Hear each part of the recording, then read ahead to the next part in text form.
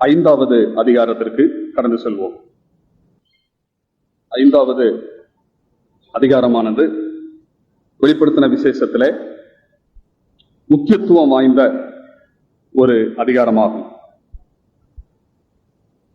6 முதல் உள்ள அதிகாரங்களில் சொல்லப்பட்டுள்ள இனிமேல் நடைபெறப் போகிற சம்பவங்களை பற்றி தெளிவாக புரிந்து கொள்ள வேண்டுமானால் 5வது அதிகாரத்தை பற்றிய ஒரு அழுத்தமான ஆணித்தரமான அறிவு நமக்கு இருக்க வேண்டியது அவசியம்.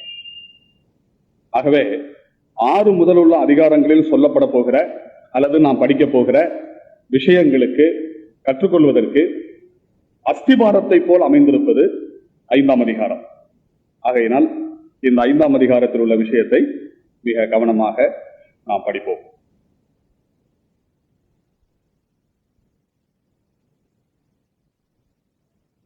நான்காம் அதிகாரத்தின் 2, 3 வசனங்களில் வானத்திலே ஒரு சிங்காசனம் வைக்கப்பட்டிருந்ததாகவும் அந்த சிங்காசனத்திலே ஒருவர் வீற்றிருக்கிறதாகவும் அவர் பார்வைக்கு வஜ்ரக்கல்லுக்கும் பதுமராகத்துக்கும் ஒப்பாயிருந்தார் என்றும் யோவான் அப்போஸ்தலன் குறிப்பிட்டார். அதை நாம் ஏற்கனவே சிந்தித்தோம்.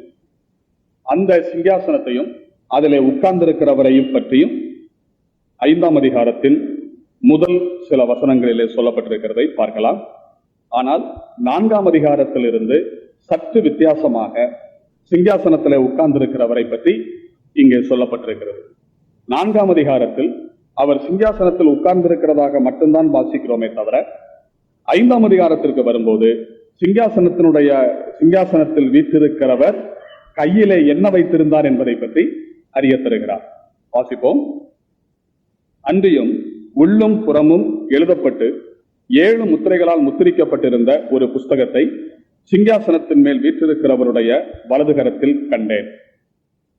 4ஆம் அதிகாரத்தில் அவர் உட்கார்ந்திருக்கிறார், அவ்வளவுதான். ஆனா 5ஆம் அதிகாரம் வரும்போது அவருடைய வலது கையிலே ஒரு புஸ்தகம் இருக்கிறது. அது உள்ளும் புறமும் எழுதப்பட்டிருந்தது. 7 முத்திரைகளால் முத்திரை போடப்பட்டிருந்தது. புஸ்தகத்தை திறக்கவும் அதன் முத்திரைகளை உடைக்கவும் பாத்திரவான் யார் என்று மிகுந்த சத்தமிட்டு கூறுகிற பலமுள்ள ஒரு தூதனையும் கண்டேன். வானத்திலாவது பூமியிலாவது பூமியின் கீழாவது ஒருவனும் அந்த புஸ்தகத்தை திறக்கவும் அதை பார்க்கவும் கூடாதிருந்தது. ஒருவனும் அந்த புஸ்தகத்தை திறந்து வாசிக்கவும் அதை பார்க்கவும் பாத்திரவானாக காணப்படாததினால் நான் மிகவும் அழுதேன். அப்பொழுது மூப்பர்களில் ஒருவன் என்னை நோக்கி, நீ அழ வேண்டாம், இதோ யூதா கோத்திரத்து சிங்கமும் தாவீதின் வேருமானவர் புஸ்தகத்தை திறக்கவும் அதன் 7 முத்திரைகளையும் உடைக்கவும் ஜெயம் கொண்டிருக்கிறார் என்றான். அப்பொழுது இதோ அடிக்கப்பட்ட வண்ணமாயிருக்கிற ஒரு ஆட்டுக்குட்டி சிங்காசனத்திற்கும் 4 ஜீவன்களுக்கும் மூப்பர்களுக்கும் மத்தியிலே நிற்க கண்டேன். அது 7 கொம்புகளையும் 7 கண்களையும் உடையதாயிருந்தது. அந்த கண்கள் பூமியெங்கும் அனுப்பப்படுகிற தேவனுடைய 7 ஆவிகளேயாம். அந்த ஆட்டுக்குட்டியானவர் வந்து சிங்காசனத்தின் மேல் உட்கார்ந்தவருடைய வலதுகரத்தில் இருந்த புஸ்தகத்தை வாங்கினார். அந்த புஸ்தகத்தை அவர் வாங்கின போது அந்த 4 ஜீவன்களும் 24 மூப்பர்களும் தங்கள் தங்கள் சுரமண்டலங்களையும் பரிசுத்தவான்களுடைய ஜபங்களாகிய தூபவர்க்கத்தால் நிறைந்த பொற்கலசங்களையும் பிடித்துக் கொண்டு ஆட்டுக்குட்டியானவருக்கு முன்பாக வணக்கமாய் விழுந்து, தேவரீர் புஸ்தகத்தை வாங்கவும் அதன் முத்திரைகளை உடைக்கவும் பாத்திரராயிருக்கிறீர். ஏனெனில் நீர் அடிக்கப்பட்டு சகல கோத்திரங்களிலும் பாஷைக்காரரிலும் ஜனங்களிலும் ஜாதிகளிலும் இருந்து எங்களை தேவனுக்கென்று உம்முடைய இரத்தத்தினாலே மீட்டுக்கொண்டு எங்கள் தேவனுக்கு முன்பாக எங்களை ராஜாக்களும் ஆசாரியர்களும் ஆக்கினீர். நாங்கள் பூமியிலே அரசாளுவோம் என்று புதிய பாட்டை பாடினார்கள். தற்போது வாசிப்பை இங்கே நிறுத்துவோம். இந்த பகுதிக்கான விளக்கத்தை படித்ததற்கு பின் 11வது வசனம் முதல் உள்ள பகுதிகளை நாம் வாசித்து தியானிப்போம். இங்கே நாம் பார்ப்பது என்ன? சிங்காசனத்தில் பிதாவாகிய தேவன் வீற்றிருக்கிறார். அவருடைய வலது கையில் ஒரு புஸ்தகத்தை வைத்திருக்கிறார். அந்த புஸ்தகம் உள்ளும் புறமும் எழுதப்பட்டதாக இருந்தது. 7 முத்திரைகளால் முத்திரை போடப்பட்டிருந்த ஒரு புஸ்தகமாக இருந்தது. இந்த காட்சியை யோவான் பார்த்து கொண்டிருக்கும் போது திடீரென்று பரலோகத்திலே ஒரு தூதன் சத்தமிட்டு ஒரு கேள்வி எழுப்புகிறான். என்ன கேள்வி எழுப்புகிறான்? சிங்காசனத்தில் உட்கார்ந்திருக்கிறவருடைய வலது கையில் இருக்கிற இந்த புஸ்தகத்தை வாங்க, அதனுடைய முத்திரைகளை உடைக்க தகுதியாயிருப்பது யார், பாத்திரவான் யார் என்ற ஒரு கேள்வி எழுப்ப பரலோகத்தில் சற்று நேர அமைதி ஏற்படுகிறது. ஒருத்தராவது அந்த புஸ்தகத்தை வாங்குவதற்கு வரவில்லை. ஒருவரும் அந்த புஸ்தகத்தை வாங்கவோ, அதை பார்க்கவோ, அதனுடைய முத்திரையை உடைப்பவோ ஒருத்தரும் முன்வராததை கண்ட யோவான் அழ ஆரம்பிக்கிறார். அப்படி அழ ஆரம்பிச்ச உடனே சிங்காசனத்தில் வீட்டிருக்கிற 24 மூப்பர்களில் ஒரு மூப்பர் எழுந்து வந்து, அழாதே, ஏன் அழுகிறாய்? இந்த புஸ்தகத்தை வாங்குவதற்கோ அதனுடைய முத்திரைகளை உடைப்பதற்கோ ஒருவரும் இல்லை என்றுதானே நீ ஏங்கி அழுகிறாய்? அழாதே, ஒருவர் இருக்கிறார். அவர் யூதா கோத்திரத்து சிங்கம், தாவீதின் வேர். அவர் வந்து இந்த புஸ்தகத்தை வாங்க, அதனுடைய முத்திரையை உடைக்க பாத்திரவானாக இருக்கிறார் அப்படின்னு சொல்ல, அந்த யூதா கோத்திரத்து சிங்கத்தை ஒன்று பார்த்து விடலாமே என்ற ஆவேசத்தோடு யோவான் சட்டென திரும்பி பார்க்க, அங்க நின்றது சிங்கம் அல்ல, அடிக்கப்பட்ட வண்ணமாக இருக்கிற ஒரு ஆட்டுக்குட்டி. அடுத்த சில வினாடிகளில் அல்லது சற்று நேரத்தில் அடிக்கப்பட்ட வண்ணமாக இருக்கிற அந்த ஆட்டுக்குட்டி மெதுவாக நடந்து வந்து சிங்காசனத்தில் வீட்டிருக்கிறவருடைய வலது கையில் இருக்கிற புஸ்தகத்தை வாங்கினார். வாங்கின உடனே அழுகை இப்பொழுது ஆனந்த களிப்பாக மாறி 24 மூப்பர்களும் 4 ஜீவன்களும் சாஷ்டாங்கமாய் விழுந்து அவரை ஆராதிக்கிறார்கள். இதுதான் வெளிப்படுத்தின விசேஷத்தின் 5ஆம் அதிகாரத்தில் சொல்லப்பட்டுள்ள விஷயம். இப்போ இதை வாசித்த உடனே நம்ம மனசுல வரக்கூடிய கேள்விகள் என்னன்னா, சிங்காசனத்துல உட்கார்ந்து இருக்கிறவர் பிதாவாகிய தேவன் பார்த்துட்டோம், ரைட்டு. அவர் கையில ஒரு புஸ்தகம் இருக்குதே, அது என்னது?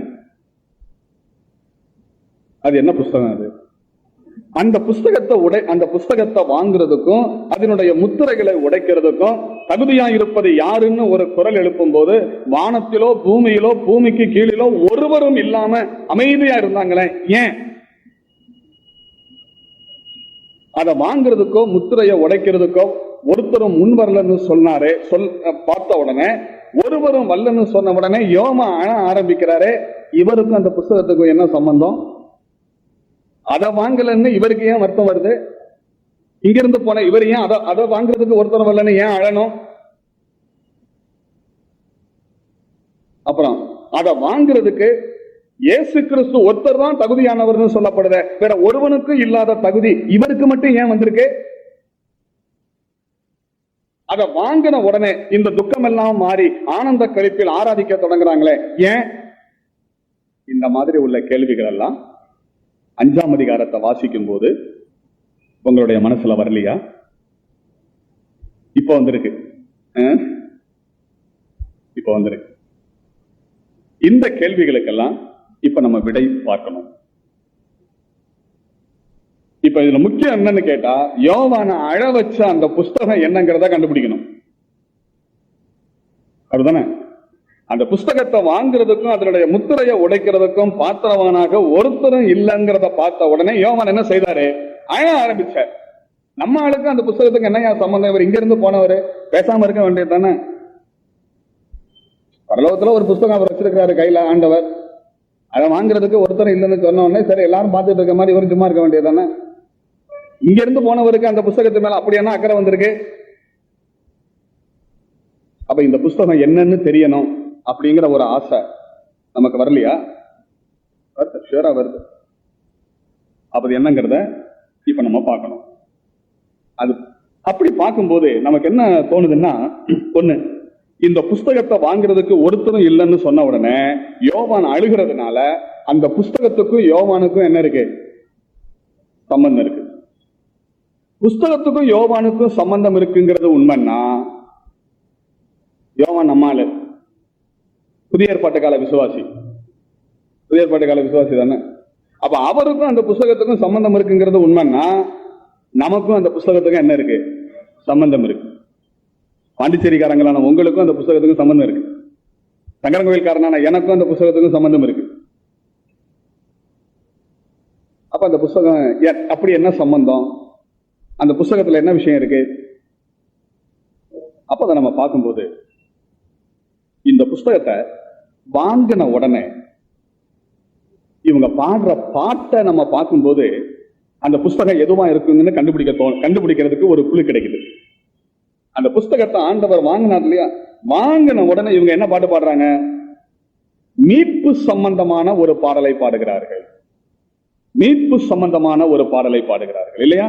ஆட்டுக்குட்டியானவரே, நீர் அடிக்கப்பட்டீர், உம்முடைய ரத்தத்தினாலே சகல கோத்திரங்களிலும் ஜாதிகளிலும் பாஷைக்காரர்களிலும் இருந்து எங்களை மீட்டுக்கொண்டு எங்கள் தேவனுக்கென்று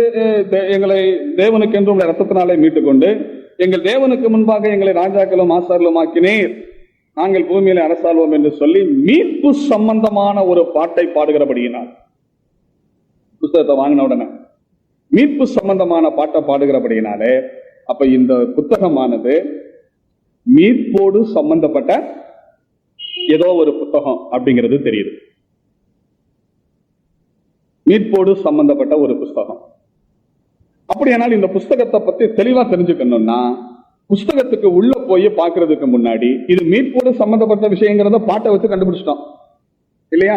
அப்ப இந்த உள்ளடக்கம் என்னங்கிறத கண்டுபிடிக்கணும்னா அதுக்கு முன்னாடி ஃபர்ஸ்ட் மீட்புன்னா என்னங்கிறத பத்தி கொஞ்சம் தெரியணும். மீட்புன்னா என்னங்கிறத பத்தி கொஞ்சம் தெரிஞ்சுக்கிட்டா அதோடு சம்பந்தப்பட்ட இந்த புத்தகத்தை நம்ம கொஞ்சம் தெளிவாக புரிந்து கொள்ள முடியும். சரி, மீட்பு என்கின்ற அந்த விஷயத்தை பற்றி பார்க்கலாம். இந்த மூப்பர்கள் இதுக்கு முன்னாடியும் இதுக்கு பின்னாடியும் பாடல் பாடியிருக்காங்க. அங்க எல்லாம் மீட்பு சம்பந்தமான வார்த்தைகள் வராது. ஆனா இந்த குறிப்பிட்ட சந்தர்ப்பத்தில் மட்டும், இந்த புஸ்தகத்தை வாங்குற நேரத்தில் மட்டும் இவங்க மீட்பு சம்பந்தமான பாட்டை பாடுறதுனால இது மீட்பு சம்பந்தமான ஏதோ ஒரு புத்தகம் அப்படிங்கிறது நமக்கு தெரியும். அப்ப மீட்பை பற்றி நம்ம கொஞ்சம் சிந்திக்கலாம். ஒரு வசனத்தை வாசிப்போம். எபேசியருக்கு எழுதின நிருபம், எபேசியர் 1 அதிகாரம் 9வது வசனத்தை பாருங்க. எபேசியர் 1:9, அப்புறம் 13-14.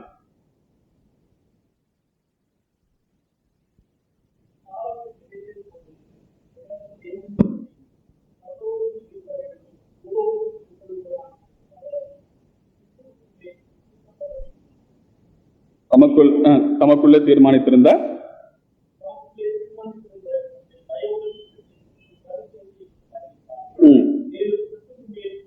இல்ல 13-14 நீங்களும்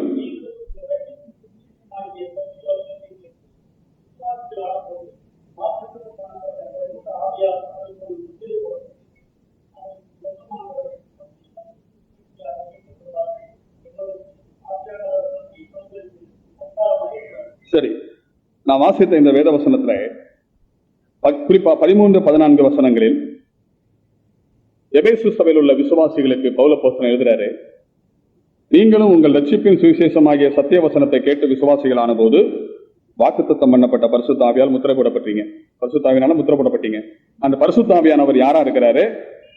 அவருக்கு சொந்தமானவர்கள் அவருடைய மகிமைக்கு புகழ்ச்சியாக மீட்கப்படுவார் என்பதற்கு ஆவியானவர் நம்முடைய சுதந்திரத்தின் அச்சாரமாக இருக்கிறார். மனுஷனுடைய மீட்பை பத்தி இங்க சொல்லியிருக்கு. மீட்கப்பட்ட மனுஷனுக்கு கிடைக்கக்கூடிய சுதந்திரத்தை பத்தி சொல்லியிருக்கு. அந்த சுதந்திரத்திற்கான அட்வான்ஸாக பரிசுத்த ஆவியானவர் கொடுக்கப்பட்டிருக்கிறாருங்கிறத பத்தி சொல்லியிருக்கு. இதை மனசுல வச்சுக்கிட்டு நீ 9வது வசனத்தை வாசிக்கும் போது, காலங்கள் நிறைவேறும் போது வழங்கும் நியமத்தின்படி பரலோகத்தில் இருக்கிறவைகளும் பூலோகத்தில் இருக்கிறவைகளும் ஆகிய சகலமும் கிறிஸ்துவுக்குள்ளே கூட்டப்பட வேண்டும். அப்ப என்ன அர்த்தம்னா, பரலோகத்தில் இருக்கிறவைகளும் பூலோகத்தில் இருக்கிறவைகளுமான சகலமும் ஒன்றாய் சேர்க்கப்பட வேண்டும், எல்லாம் மீட்கப்பட வேண்டும். சுருக்கமா சொல்ல போனா, ஆண்டவருடைய மீட்பு திட்டத்தில் மனிதனும் மீட்கப்படணும். மனிதனுக்கு சொந்தமாக கடவுள் கொடுத்த சுதந்திரம் என்னவெல்லாம் உண்டோ அதெல்லாம் மீட்கப்படணும். இப்ப நம்முடைய சிந்தனைய ஆதியாகமத்துக்கு கொண்டு போகணும். கடவுள் மனுஷனை படைச்சார், தமது சாயலாக தமது ரூபத்தின்படியே படைச்சார். படைச்சு அவனை சிருஷ்டித்ததுக்கு பிற்பாடு என்ன சொன்னாரு? நீங்க பலுகி பெருகி பூமியை நிரப்புங்கள்னு சொல்லி அவங்களை ஆசீர்வதிச்சார். ஆசீர்வதிச்சது மட்டும் இல்லாம மேல என்ன சொன்னாரு? எல்லாவற்றையும் ஆண்டு கொள்ளுங்கள் என்று சொன்னார். எல்லாவற்றையும் ஆண்டு கொள்ளுங்கள் என்று சொன்னார். இப்ப மனுஷனை பூமிக்கு ராஜாவா என்ன செஞ்சிருக்கிறாரு? வச்சிருக்கிறார். எல்லாவற்றையும் ஆண்டு கொள்ளுங்கள். ஆண்டவர் மனுஷனை படைச்சு, ஏற்கனவே அவனை படைக்கிறதுக்கு முன்னாடி பூமியை படைச்சு, பூமியில் இருக்கக்கூடிய சகல சிருஷ்டிகளையும் படைச்சு, அதெல்லாம் அனுபவிக்கிறதுக்கு மனுஷனையும் படைச்சு, மனுஷனை கொண்டு போய் வச்சுட்டு எல்லாத்தையும் ஆண்டு கொள்ளுங்கன்னு சொல்றாரு. எவ்வளவு பெரிய சலாக்கியம் அது. ஆனா நம்ம ஐயா என்ன பண்ணிட்டாரு? ஆதாம் நயவஞ்சகனாகிய பிசாசினுடைய துர்ராலோசனைக்கு செவி கொடுத்து ஆண்டவருடைய வார்த்தையை மீறி விலக்கப்பட்ட விருட்சத்தின் கனியை புசித்ததுனால கீழ்ப்படியாமற் போனான், பாவியானான். அந்த பாவம் செஞ்சதுனால மனுஷனுக்கு சுதந்திரமாக கொடுத்த இந்த பூமியையும் ஏன் மனுஷன் தன்னையுமே சாத்தான் கையில ஒப்படைச்சிட்டான். இப்ப மனுஷனுக்கு சொந்தமாக சுதந்திரமாக கடவுள் கொடுத்த பூமியும் பூமியில் இருக்கின்ற சர்வ சிருஷ்டிகளும் இப்ப யாருக்கு அடிமையாயிடுச்சு? சாத்தானுக்கு. இப்ப இதுக்கு எஜமான் யாரு? சாத்தான் தான். சாத்தான் தான். அதனாலதான் பாருங்க, இயேசு கிறிஸ்து இந்த பூமியில வாழ்ந்த போது ஞானஸ்நானம் எடுத்து முடிச்ச உடனே வனாந்திரத்துக்கு சோதிக்கப்பட்டார் இல்லையா? கொண்டு போகப்பட்டு சோதிக்கப்பட்டார்ல. சோதனை 3 விதத்துல வந்துச்சுல்ல. அதுல 3வது சோதனை என்ன? ஒரு உயர்ந்த மலைக்கு கூட்டு போனான். அதுதானே ஒரு நிமிஷத்துல எல்லாத்தையும் காமிச்சான்.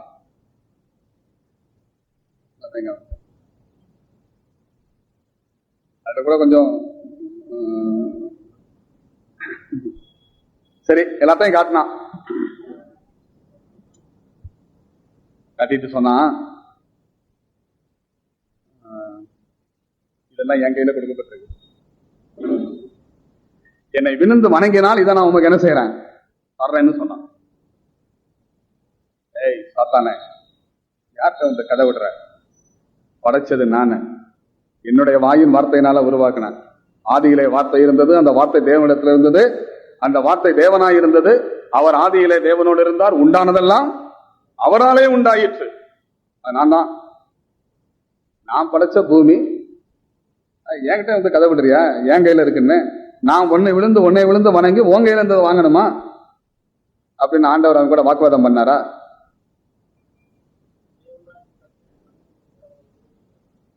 ஆராதனைங்கிற விஷயத்துல வந்து கட்டண்டா பேசினார்.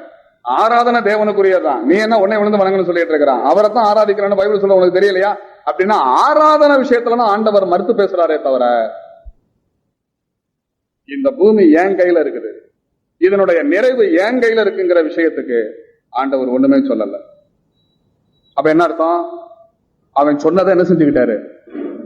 ஒத்துக்கிட்டாரு. அவருக்கே தெரியும். ஆதாமுக்கு கொடுத்தேன், அவன் என்ன செஞ்சுட்டான்? அவன் கையில கொடுத்து போட்டான். இப்ப அவன் என் கையில இருக்குன்னு சொல்றான். நியாயம் தான். அதனாலதான் ஆண்டவர் ஒண்ணும் பேசல.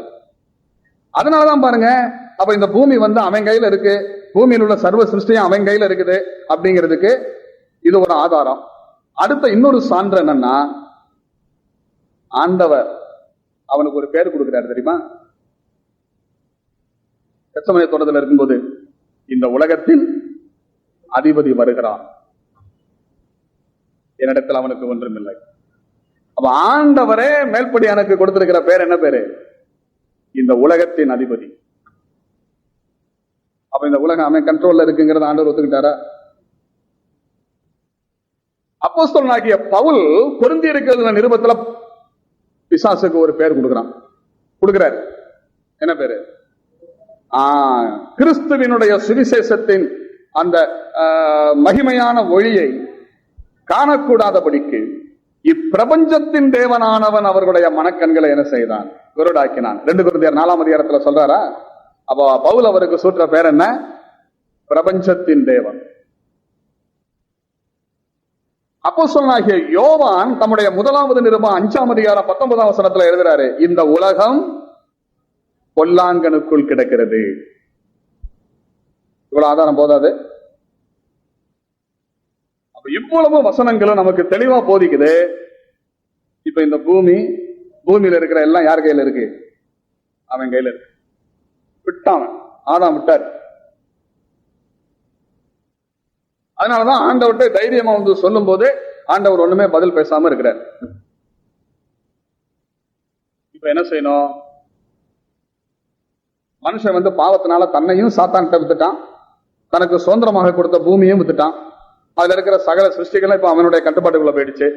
இப்ப இதை என்ன செய்யணும்? மீட்டெடுக்கணும். மீட்பினுடைய பிரமாணம் என்ன? இதை நம்ம அறியறதுக்கு லேவியராகமத்துக்கு போனோம்.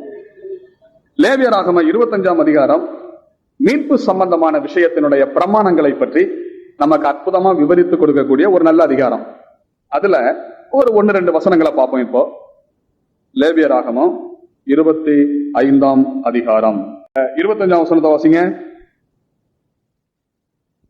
உங்கள் சகோதரன் தரித்திரப்பட்டு தன் காணியாட்சியிலே சிலதை விற்றால் அவன் இனத்தான் ஒருவன் தன் சகோதரன் விற்றதை மீட்க கடவன். அதை மீட்க ஒருவனும் இல்லாமல் தானே அதை மீட்க தக்கவனானால் அதை விற்ற பின் சென்ற வருஷங்களின் தொகையை தள்ளி மீந்த தொகையை ஏற்றி கொண்டவனுக்கு கொடுத்து அவன் தன் காணியாட்சிக்கு திரும்பி போக கடவன். இன்னொரு வேத பகுதியை வாசிப்போம். அதே அதிகாரம் தான். அதுல 47 முதல் 49 வரை. உன்னிடத்தில் இருக்கிற பரதேசியும் அந்நியனும் செல்வனாயிருக்க அவனிடத்தில் இருக்கிற உன் சகோதரன் தரித்திரப்பட்டு அந்த பரதேசிக்காவது அந்நியனுக்காவது பரதேசியின் குடும்பத்தாரில் எவனுக்காவது அவன் விலைப்பட்டு போனால் அவன் விலைப்பட்டு போன பின் திரும்ப மீட்கப்படலாம். அவன் சகோதரில் ஒருவன் அவனை மீட்கலாம். அவனுடைய பிதாவின் சகோதரனாவது அந்த சகோதரனுடைய புத்திரனாவது அவன் குடும்பத்தில் உள்ள அவனை சேர்ந்த இனத்தாரில் எவனாவது அவனை மீட்கலாம்.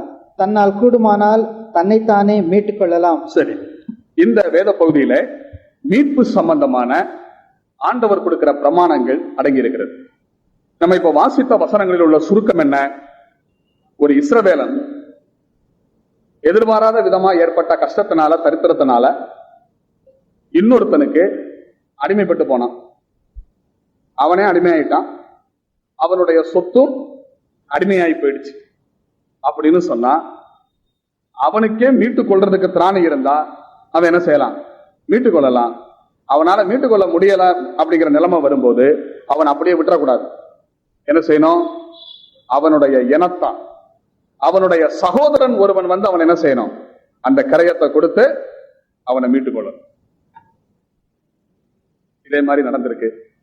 நல்ல உதாரணம், போவாஸ் எலிமெலேக்கினுடைய சுதந்திரத்தையும் ரூத்தையும் என்ன செய்யறான்? மீட்டுக் கொள்றான். வாசிக்கிறோம்ல, ரூத்தினுடைய புத்தகங்கள் தெரியுது இல்லையா? அது அந்த போவாஸ் செய்த அந்த மீட்பின் செயல் இந்த சட்டத்தின்படி செஞ்சதுதான். இதுதான் மனிதனை மீட்டுக் கொள்றதுக்காக. நஷ்டப்பட்டு மீட்டுக் கொள்ளுதல்னு சொன்னாலே இழக்கப்பட்டு போன ஒன்றை கிரயம் கொடுத்து திரும்ப விலைக்கு வாங்குதல், மீட்டுக் கொள்ளுதல் அப்படின்னு அர்த்தம். அந்தபடிதான் போவாஸ் எலிமெலேக்கினுடைய சுதந்திரத்தை மீட்டுக் கொண்டார், ரூத்தையும் மீட்டுக் கொண்டார். இதே போல பாவத்தினால தன்னையும் தனக்கு இறைவன் சுதந்திரமாக கொடுத்த இந்த பூமியையும் அதில் உள்ளவைகளையும் சாத்தானுக்கு கையெழுத்து போட்டான் மனிதன். தானே கிரயம் கொடுத்து மீட்பதற்கு திராணி இல்லாதவனாக இருக்கிறான். இந்த அவல நிலையை புரிந்து கொண்ட ஆண்டவர் மனிதனுக்கு செலுத்த வேண்டிய அந்த கிரயத்தை செலுத்தி தானே மனிதனை மீட்டுக் கொள்ளும்படியாக, அவனுக்கு சுதந்திரமாக கொடுத்த பூமியை மீட்டுக் கொள்ளும்படியாக இந்த பூமிக்கு மனுஷனா வந்தார். யார் மீட்டுக் கொள்ளணும்? சகோதரன் மீட்டுக் கொள்ளணும். தெய்வம் தெய்வமா இருந்தார்னா நம்முடைய சகோதரனாக முடியாது. ஆகையினாலே தெய்வம் என்ன செஞ்சாரு? எபிரேயர் 2ஆம் அதிகாரத்துல வாசிக்கிறது போல, பிள்ளைகள் மாம்சத்தையும் ரத்தத்தையும் உடையவர்களாய் இருக்க அவரும் அவர்களைப் போல மாம்சத்தை ரத்தத்தையும் உடையவரானார். இப்ப தெய்வம் தெய்வமா இருந்தா நம்முடைய சகோதரனாக முடியாது. அவர் நம்முடைய சகோதரன் ஆகணும்னா என்ன செய்யணும்? மனுஷனா வரணும். மனுஷனா வந்தார், நம்முடைய சகோதரனாக மாறினார். கல்வாரி சிலுவையில தான் கொடுக்க வேண்டிய கிரயத்தை கொடுத்து முடிச்சார்.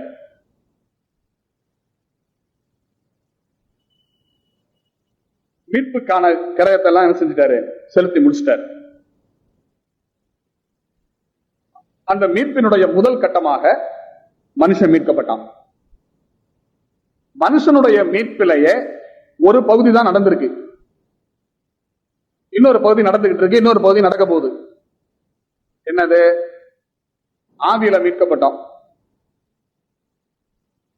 ஆத்துமாவுல அனுதினம் உள்ள வாழ்க்கையில என்ன செய்யறோம்? மீட்கப்பட்டு கொண்டிருக்கிறோம். இனி ஒரு நாளிலே கர்த்தராகிய இயேசு கிறிஸ்து வரும்போது சரீரத்துல என்ன செய்ய போறோம்? மீட்கப்பட போறோம். மனுஷனுடைய மீட்பே ஒட்டுமொத்தமா நடக்கல, ஒவ்வொரு சந்தர்ப்பத்திலாக நடக்கிறதா பாக்குறோம். ஏன்னா மனுஷன் பாவம் செஞ்ச போது அவன் நஷ்டப்பட்ட போதும் அப்படித்தான் கொஞ்சம் கொஞ்சமா தான் நஷ்டப்பட்டான். இதை புசிக்கும் நாளிலே சாகவே சாவாய் சொன்னார்ல அன்னைக்கு, புசிக்கும் நாளிலே சாகவே சாவாய். இன்னும் முடிச்சு உள்ள எவ்வளோ இறக்கல, ஆதாம் செத்து விழுந்துட்டான். அப்படியா? செத்தானா? அதுக்கப்புறம் வாழ்ந்தாங்க 900 வருஷத்துக்கு மேல. அதுக்கப்புறம் தானே அவனுக்கு குழந்தைகளே பிறந்துச்சு. அப்ப புசிக்கும் நாளிலே சாகவே சாவாய்ன்னு சொன்னா அப்ப அது நடக்கலையே. அப்ப கர்த்தருடைய வசனம் பொய்யா போச்சா? வசனத்தின்படி பார்த்தா அவர் செத்துருக்கணும்ல. ஆனா அதுக்கப்புறம் குழந்தை குட்டிகளை பெற்றுக்கிட்டு ஜம்முன்னு வாழ்ந்துகிட்டு இருக்கிறாரு 900 வருஷத்துக்கு மேல.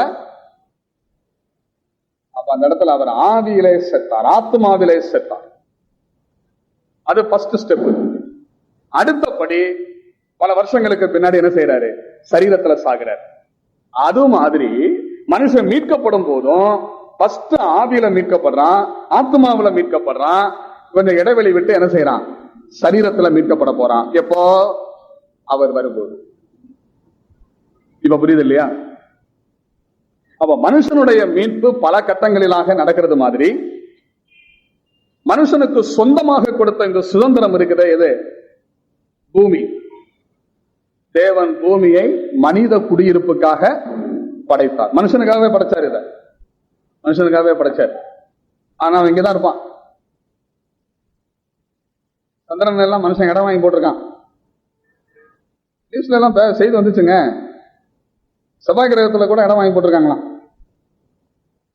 ரொம்ப தீர்க்க தரிசன கண்ணோட்டத்தை இதெல்லாம் மக்கள் தொகை பெருகிட்டு போறத பார்த்தா இங்கே இது என்ன சொல்றது கிடைக்காம போயிடுங்கிறதுக்காக அங்கே அட்வான்ஸ் புக்கிங் நடக்குது. ஆனா குடியிருக்க முடியாது. ஆண்டவரா கொண்டு போய் வச்சாலோடய இருக்க முடியாது. ஆனா அவர் கொண்டு போய் வைப்பார்.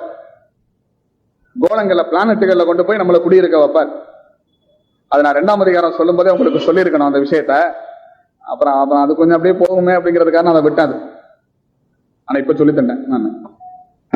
சரி, அப்போ பூமியை மனுஷனுக்காக படைச்சாரு. இப்போ மனுஷன் வந்து சாத்தானு கையளிச்சுட்டான். மனுஷனும் நஷ்டப்பட்டு போனான், பூமியும் நஷ்டப்பட்டு போச்சு. இப்ப அதை திரும்ப மீட்டுக் கொள்ளணும். மீட்டுக் கொள்றதுக்காக ரத்தம் சிந்தினாரு, கிரயம் கொடுத்தாரு. மனுஷனுடைய மீட்பு நடந்திருக்கு ஒரு பகுதி. இனி இயேசு கிறிஸ்துனுடைய ரகசிய வருகையின் போது சரீரம் மீட்கப்படும். அது வரைக்கும் இந்த சரீரத்துல வியாதிகள் பலவீனங்கள் உண்டு, அது மறுக்க முடியாது. இப்ப நான் தான் பிரசங்கம் பண்ணும்போது கைய காலம் அசைக்கிறேன், அங்கங்க திரும்புறேன். நீங்க என்ன பிரசங்கமா பண்றீங்க? சும்மா தானே உட்கார்ந்து இருக்கிறீங்க. எத்தனை தடவை அந்த பக்கம் இந்த பக்கம் திரும்பி இருக்கீங்க? கையத்துக்கு இப்படி வச்சு, பிற கையத்து இப்படி வச்சு, கொஞ்சம் பிற இந்த டைரக்ஷன்ல திரும்பி, இந்த டைரக்ஷன்ல திரும்பி. நம்ம சாஞ்சிருக்கிறதுக்குன்னு இந்த தூண் கட்டி வச்சிருக்க, பில்லர் கட்டி வச்சிருக்கிற மாதிரி இருக்கு. அதுல கொஞ்சம் சாஞ்சு உட்கார்ந்து, பரவாயில்ல நல்லா சாஞ்சு உட்காருங்க. ஏன்னா அது அப்படித்தான் முடியும். இந்த சரீரம் என்ன செய்யல, மீட்கப்படல. அதனாலதான் ரட்சிக்கப்பட்டவனுக்கு ரட்சிக்கப்படாதவனுக்கு வர்றது மாதிரி உள்ள வியாதிகள்லாம் நமக்கும் வருது. அவனுக்கு வயிற்று வலி வந்தா நமக்கும் வயிற்று வலி வருது. அவனுக்கு தலைவலி வர்ற மாதிரி நமக்கும் வருது. அவனுக்கு ஹார்ட் அட்டாக் வர்ற மாதிரி நமக்கும் வருது. பைபாஸ் சர்ஜரி அவனுக்கு பண்ற மாதிரி நமக்கும் பண்ண வேண்டியிருக்கு. என்ன, சில குறிப்பிட்ட பால்வினை நோய்கள் இருக்குல்ல, அது வேண்டுமானா விசுவாசிகளுக்கு வராம இருக்கலாம். ஏன்னா ஒழுக்கமா வாழ்றதுனால. எய்ட்ஸ் போன்ற அந்த பயங்கரமான அந்த நோய்கள் அது விசுவாசிகளுக்கு வராதுன்னு சொல்ல முடியாது. ஏன்னா அது ஒழுக்கம் இல்லாம ஒழுங்கா வாழ்றவங்களுக்கு வரதான் செய்யுது. தவறான நிலைமையில சுத்தம் பண்ணப்படாத இன்ஜெக்ஷன் போடுறதுனால அந்த மாதிரி வருதுன்னு சொல்றாங்க. அதனால ஒருத்தனுக்கு ஒரு விசுவாசியில ஒருத்தனுக்கு இந்த மாதிரி வியாதி வந்துட்டா உடனே நடத்த கட்டவனு தப்பவும் முத்திர கொட்ட கூடாது. நம்முடைய விஷயம் இல்ல, ஞாபகப்படுத்தின அவ்வளவுதான். சரீரத்துல இந்த மாதிரி உள்ள வியாதிகள்லாம் வரத்தான் செய்யும். ஆண்டவருடைய வருகையோடு கூட இந்த சரீரம் மீட்படைகிறதுனால அப்புறம் இந்த சரீரத்துல வியாதி எல்லாம் வராது. அந்த சரீரம் ஆண்டவரை போல நம்முடைய சரீரம் மாறும். அதுக்கு அப்போ அதே போல மனுஷனுக்கு சுதந்திரமாக கொடுத்த பூமியும் என்ன செய்யணும், மீட்கப்படணும். அதுக்காகவும் சேர்த்துத்தான் ஆண்டவர் அன்னைக்கு என்ன செஞ்சாரு, கிரயம் கொடுத்துட்டார், ரத்தம் சிந்திட்டார். ஆனா இன்னும் கையகப்படுத்தல. அத கையகப்படுத்துகிற நடவடிக்கை தான் வெளிப்படுத்தின விசேஷம் 6ஆம் அதிகாரத்துல இருந்து. இப்போ பாண்டிச்சேரியில ஒரு வீடு நான் விலைக்கு வாங்கியிருக்கேன்னு வச்சுக்கேன்.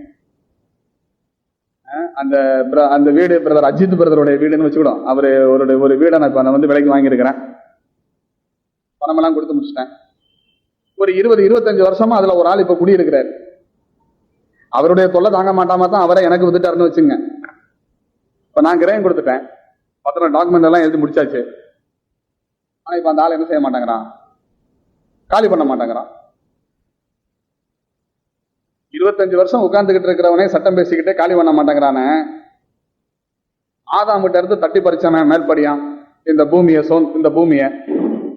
6000 வருஷமா இப்ப வந்து என்ன செய்யறான், ஆண்டு அனுபவிச்சுக்கிட்டு இருக்கிறான். இவர் 4000 வருஷத்துக்கு பின்னாடி சிலுவையில கிரயம் கொடுத்துட்டாரு. அவ்வளவு சுலபமா விட்டு கொடுப்பானா? விட்டு கொடுக்க மாட்டான். விட்டு கொடுக்கல, இன்னும் கைவசம் வச்சுக்கிட்டு இருக்கிறான். அதுக்கப்புறம் எழுதின நிருபம் தானே யோவானுடைய முதல் நிருபம். அதுல தானே எழுதி இருக்குது இந்த உலகம் பொல்லாங்கனக்குள்ள கிடக்குதுன்னு. அப்ப கிரயம் கொடுத்துட்டு என்ன செய்யல, விட்டு கொடுக்கல, காலி பண்ண மாட்டேங்கிறான். இப்ப அதை என்ன செய்யணும், உட்கார்ந்து இருக்கிற ஆளு காலி பண்ண மாட்டேங்கிறாருன்னு சொன்னா, இப்ப நான் விலைக்கு வாங்கிட்டேன், இப்ப நான் என்ன பண்ணுவேன், சட்ட ரீதியா என்ன நடவடிக்கை எடுக்கணுமோ அதை எடுத்து அவனை என்ன செய்வேன், காலி பண்ண வைப்பேன்.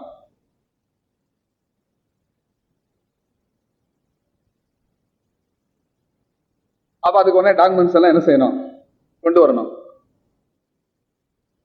அந்த பத்திரம் தான் இந்த புக்கு. அந்த வெளிப்படுத்தின விசேஷம் 5ஆம் அதிகாரத்துல 7 முத்திரைகளால் முத்திரை போடப்பட்டு பிதாவானவர் கையில வச்சிருக்கிறாரு. அந்த புக்கு தான், அந்த டாக்குமெண்ட்ஸ் தான் அது. அந்த கிரயம் செலுத்தின பத்திரம் தான் அது. அதனாலதான் அந்த புத்தகத்தை வாங்கின உடனே இவங்க என்ன பாட்டு பாடுறாங்க, மீட்பின் கீதம் பாடுறாங்க.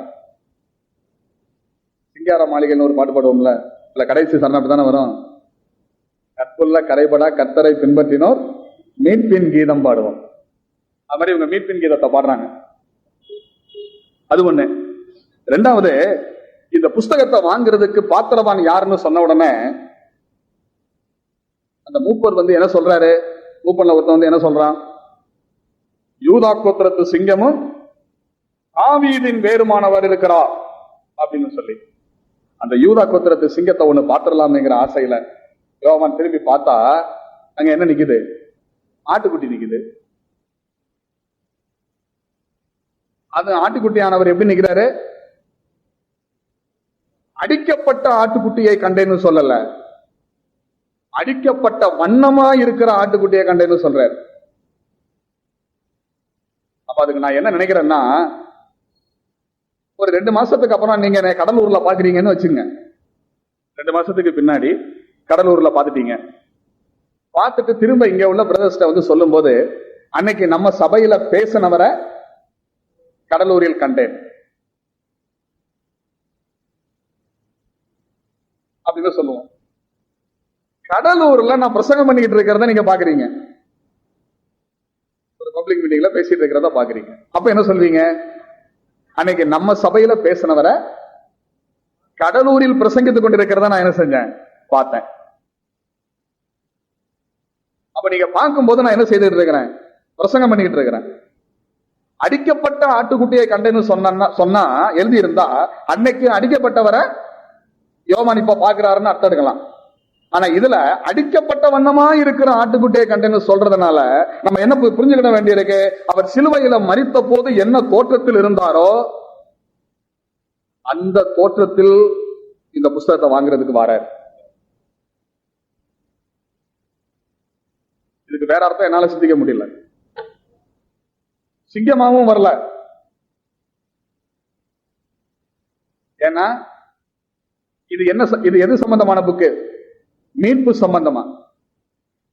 அப்ப இவர் யாராதான் வரணும், மீட்பராகத்தான் வரணும். மீட்கிறதுக்காகத்தான் என்ன செஞ்சாரு, சிலுவையில மரித்தாரு, அந்த அதோகதை அடைஞ்சார், அந்த பாடுபட்டார்.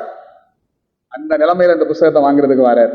அப்படின்னா என்ன அர்த்தம், இதுக்காகத்தான் நான் இந்த பாடு பட்டேன், இதுக்காகத்தான் நான் இந்த வேதனை அனுபவிச்சேன், இதுக்காகத்தான் நான் இந்த துன்பம் அனுபவிச்சேன். அடிக்கப்பட்ட வண்ணமா இருக்கிறவராக வந்து வாங்குறார்.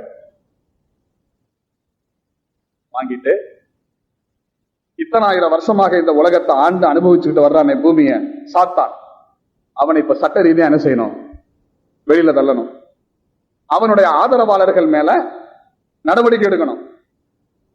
அந்த நடவடிக்கை எடுக்கிறதுக்கு சட்டத்துல என்ன எழுதியிருக்கோ அதன்படி என்ன செய்யறாரு? நடவடிக்கை எடுக்க போறாரு. அந்த நடவடிக்கை தான் ஒவ்வொரு முத்திரையா உடைக்கும் போதும் ஒவ்வொரு ஆபத்துகள் வருது. ஒவ்வொரு முத்திரை உடைக்கும் போதும் ஒவ்வொரு விதமான தேவ கோபாக்கினை வெளிப்படுது. புஸ்தகத்தை ஒரு முத்திரையை உடைக்க அந்த பக்கம் திறக்கப்படும். அதுல உள்ளபடி நடவடிக்கை எடுத்து முடிச்சிட்டு அடுத்த 2வது முத்திரையை உடைக்கும் போது அடுத்த பக்கம் திறக்கப்படும். அதுல எழுதி இருக்கிறபடி ஆண்டவர் என்ன செய்யறாரு? நடவடிக்கை எடுத்து இறுதியில் அவனை முற்றிலுமாய் நீக்கி தம்முடைய நீதியுள்ள ராஜ்யத்தை பூமியில என்ன செய்யறாரு? ஸ்தாபிக்கிறார், ஸ்தாபிக்க போறார். ஆகையினால 5ஆம் அதிகாரத்துல உள்ள அந்த புத்தகம் மீட்பு சம்பந்தமான ஒரு புத்தகங்கிறத நம்ம புரிஞ்சுக்கிட்டோம். அதை வாங்கிட்டாரு. அப்புறம் மூப்பர்களும் ஜீவன்களும் ஆண்டவர் என்ன செய்யறாங்க? பாடி துதிக்கிறாங்க, ஆராதிக்கிறாங்க. அதோடு கூட மட்டும் இல்லைங்க, பூமியில, சமுத்திரத்துல, பூமிக்கு கீழே இருக்கிற சர்வ சிருஷ்டியும் அந்த ஆராதனையில என்ன செய்யுது? பங்கெடுக்குது. பாத்தீங்களா? நீங்க 3 கூட்டத்தார் ஆராதிக்கிறாங்க. 5ஆம் அதிகாரத்தை பாருங்க, 8 to 10 24 மூப்பர்களும் 4 ஜீவன்களும் ஆராதிக்கிறத அதுல பாக்குறோம். 11 தூதர்கள், கோடிக்கணக்கான தூதர்கள் ஆராதிக்கிறத பாக்குறோம். 13, 14 அனைத்து ஜீவன்களும் பங்கு பெறுது. எப்படி? வானத்திலும் பூமியிலும், பூமியின் கீழ் இருக்கிற சிருஷ்டிகள் யாவும், சமுத்திரத்தில் உள்ளவைகளும், அவற்றுள் அடங்கிய வஸ்துக்கள் யாவும், சிங்காசனத்தின் மேல் வீட்டிருக்கிறவருக்கும் ஆட்டுக்குட்டியானவருக்கும் ஸ்தோத்திரமும் கனமும் மகிமையும் வல்லமையும் சதா காலங்களிலும் உண்டாவதாக என்று சொல்ல கேட்டேன். ஒரே நேரத்துல பரலோகத்துல ஆராதனை நடக்குது, பூமியில ஆராதனை நடக்குது, சமுத்திரத்துல ஆராதனை நடக்குது, சர்வ சிருஷ்டிகளை அவரை துதிக்குது. ஏங்க, இந்த புஸ்தகத்தை வாங்கினதுக்கு மூப்பர்கள் ஆராதிக்கிறாங்க, கரெக்ட். அது மீட்பு சம்பந்தமான புஸ்தகம். தங்களை மீட்டு கொண்டதுக்காக அவங்க ஆராதிக்கிறாங்க. தூதர்கள் ஆராதிக்கிறாங்க. எதுக்கு? மனம் திரும்புகிற ஒரு பாவி நிமித்தம் பரலோகத்துல சந்தோஷம் ஏற்படுதுன்னு சொல்லியிருக்கு. கோடிக்கணக்கான மனிதர்கள் மீட்கப்பட்டதுனால இப்ப பரலோகமே புலகாங்கிதம் அடைந்து துதி செலுத்துறாங்க. பூமியில இருக்கிறவைகளும், சமுத்திரத்தில் இருக்கிறவைகளும், அதில் இருக்கின்ற வஸ்துக்களும், செடி கொடிகள், பறவைகள், பாம்பு பல்லிகள், யானை பூனைகள், எலிகள் கரடிகள், திமிங்கலங்கள், சுறா மீன், சீரா மீன், எல்லா மீனும் ஆண்டவரை பாடுது, துதிக்குது. ஏங்க,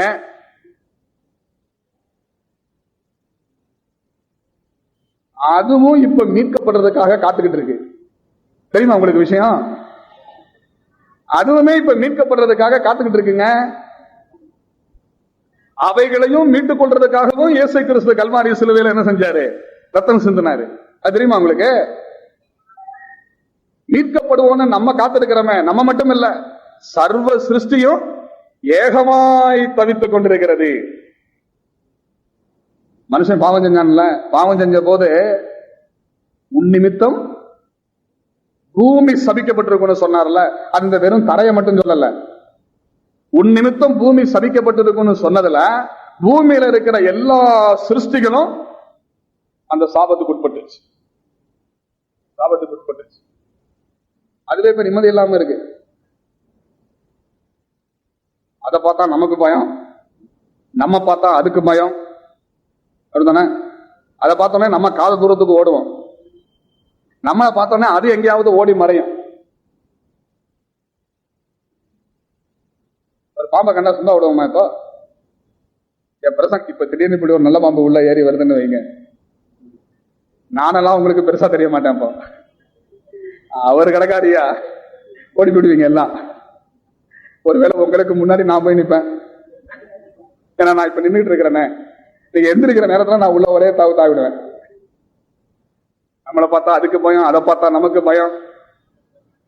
ஒண்ணு வாழ இன்னொன்னு சாகுதுங்க, அப்படித்தானே? அனிமல் பிளானட்ல பாக்குறோம்ல, ஒரு ஜீவன் வாழ்றதுக்கு இன்னொரு ஜீவன் சாகுது. இந்த நிலைமை எல்லாம் மாறாதா அப்படின்னு அதெல்லாம் என்ன செய்யுது? ஏங்கிக்கிட்டு இருக்கு. இது நான் சொல்லல, கற்பனையில சொல்லல, அப்போஸ்தலனாகிய பவுல் எழுதி வச்சிருக்கிற ரோமர் 8ஆம் அதிகாரத்தை பாருங்க, 19வது வசனத்துல இருந்து. மேலும் தேவனுடைய புத்திரர் வெளிப்படுவதற்கு சிருஷ்டியானது மிகுந்த ஆவலோட காத்து கொண்டிருக்கிறது. தேவனுடைய புத்திரர் வெளிப்படுவது அப்படின்னா என்னங்க? தேவனுடைய புத்திரர் வெளிப்படுவது அப்படின்னா என்ன? கொலோசையர்ல ஒரு வசனத்தை ஞாபகத்துக்கு கொண்டு வாங்க. 3ஆம் அதிகாரத்துல, நீங்கள் மரித்தீர்கள், உங்களுடைய ஜீவன் கிறிஸ்துவுடனே கூட தேவனுக்குள் மறைந்திருக்கிறது. வாசிக்கிறோம்ல, அவரோடு கூட நீங்களும் மகிமையில் வெளிப்படுவீர்கள். பாத்தீங்களா? அவரோடு கூட நீங்களும் மகிமையில் வெளிப்படுவீர்கள். விசுவாசிகள் மகிமையில வெளிப்படுறது எப்போ? வருகையில. விசுவாசிகள் மகிமையில வெளிப்படுவோம் எப்போ?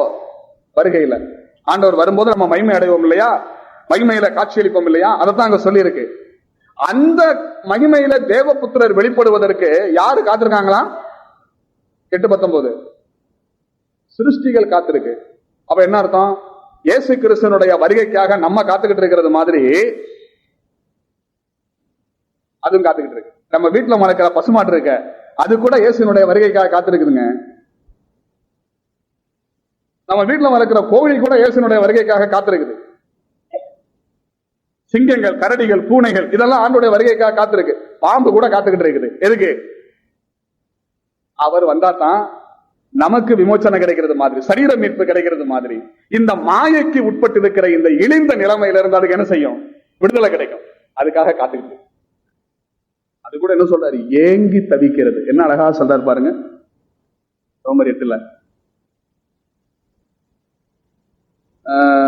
20ஆம் வசனம். அது ஏனென்றால் சிருஷ்டியானது அழிவுக்குரிய அடிமைத்தனத்திலிருந்து விடுதலையாக்கப்பட்டு தேவனுடைய பிள்ளைகளுக்குரிய மகிமையான சுயாதீனத்தை பெற்றுக்கொள்ளும் என்கிற நம்பிக்கையோட அந்த சிருஷ்டியானது சுய இஷ்டத்தினால் அல்ல, கீழ்ப்படுத்தினவராலேயே மாயைக்கு கீழ்ப்பட்டிருக்கிறது. ஆகையால் நமக்கு தெரிந்திருக்கிறபடி இதுவரைக்கும் சர்வ சிருஷ்டியும் ஏகமாய் தவித்து பிரசவ வேதனைப்படுகிறது.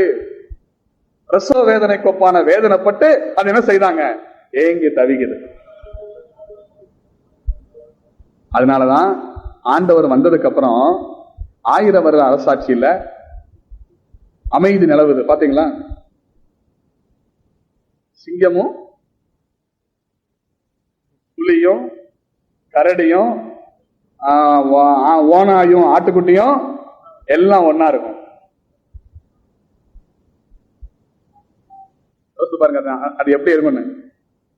ஒரு சிறு பாடகன் அவைகளை என்ன செய்வான்? நடத்துவான். என்னுடைய ராஜ்யத்தில் எங்கும் தீங்கு செய்வாரும் இல்லை, கேடு நினைப்பாரும் இல்லை. அவ்வளவு சுபிட்சமான ஒரு காலமா இருக்கும். அப்ப யாரும் பாம்பை பார்த்தா அடிக்க மாட்டாங்க. வீட்டுல அம்மா மாரு விளையாட கொடுத்துருவாங்க. அந்த வழியா ஒரு பாம்பு வந்ததுன்னா வீட்டுல அம்மா மாரு வந்து சமைக்கிறாங்க, இல்ல வீட்டை கழுவி விடுறாங்க, குழம்பு தாளிக்கிறாங்க, முக்கியமான கட்டத்துல இருக்குது, இந்த நேரத்துல போயா குழம்பு தாளிக்கிற விஷயத்த சொல்லணும், 12:30 ஆகுது.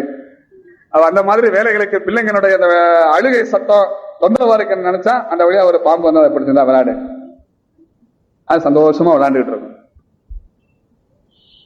அது கூட சேர்ந்து ஒரு கீரி வந்துச்சுன்னு வச்சுங்க, கீரியும் பாம்பும் சேர்ந்து விளையாடி பிள்ளைக்கு சந்தோஷத்தை கொடுக்கும். கேட்டிருக்கீங்களா எங்கேயாவது? அப்படித்தான் நடக்க போகுது. எப்போ? ஆண்டவருடைய வருகையில, 1000 வருட அரசாட்சியில.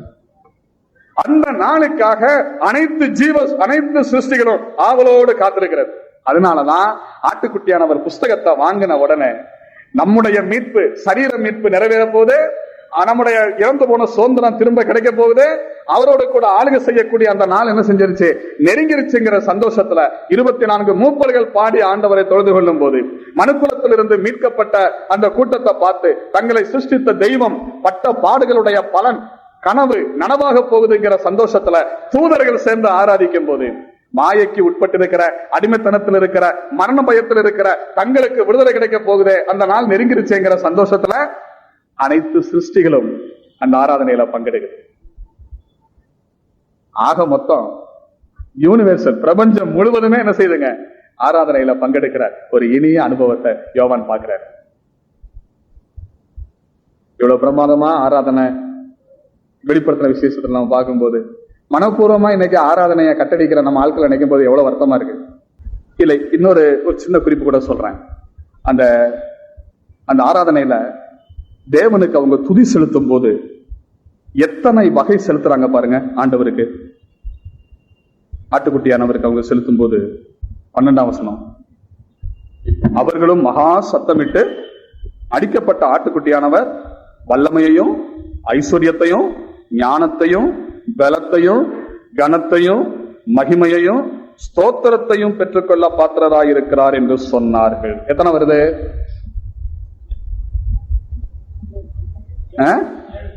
7 வருது. 7 விதமான புகழ் அஞ்சலி அல்லது 7 விதமான புகழாரம் சூட்டி ஆண்டவர் ஆராதிக்கிறாங்க. இந்த 7ங்கிறத பார்த்த உடனே என் மனசுல இன்னொரு 7 கடந்து வருது. அந்த வெளிப்படுத்தல் படிக்கிறோம்.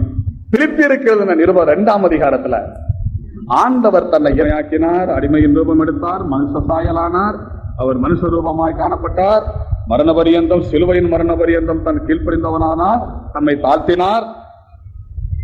அப்ப 7 ஸ்டெப்ஸ் ஆண்டவர் நம்மை மீட்கிறதுக்காக கீழே இறங்கி வந்தார். அதுக்கு சரியாக சமமாக 7 விதத்தில் அவருக்கு என்ன செய்கிறது? ஆராதனை புகழ்ச்சி ஏறெடுக்கப்படுகிறது. ஆட்டுக்குட்டியானவர் ஆராதிக்கப்படுகிறார்.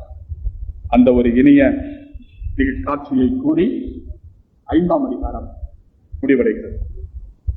இனி 6ஆம் அதிகாரத்திற்குள்ளாக பிரவேசிப்போம். 5ஆம் அதிகாரத்துல ஆட்டுக்குட்டியானவர் புஸ்தகத்தை என்ன செஞ்சிட்டாரு? வாங்கிட்டார். வாங்கின உடனே பிரபஞ்சமே என்ன செய்யுது? ஆராதனையில பங்கெடுக்குது. அதை நம்ம பார்த்தோம். இனி 6ஆம் அதிகாரத்திலிருந்து முத்திரைகளை ஒன்னொன்னா என்ன செய்யறாரு? உடைக்க ஆரம்பிக்கிறார். முத்திரைகளை ஒன்றொன்றாய் உடைக்கும் போது, ஒவ்வொரு முத்திரை உடைக்கும் போது ஒவ்வொரு விதமான சம்பவங்கள் நடக்கும். இன்னொரு விஷயம் நீங்க புரிஞ்சுக்கணும். 4-5 அதிகாரங்கள் யோவான் எங்க கண்ட காட்சியை பார்த்தோம்? பரலோகத்துல. இப்ப 6ஆம் அதிகாரத்திலிருந்து நடக்க போற சம்பவங்கள்லாம் பூமியில. அதை புரிஞ்சுக்கணும். வெளிப்படுத்தின விசேஷத்தை படிக்கும் போது பரலோகத்தில் நடக்கக்கூடிய காட்சிகளை தனியாக, பூமியில நடக்க போற விஷயங்களை தனித்தனியாக பிரிச்சு படிச்சாதான் ஒழுங்கா படிக்க முடியும்.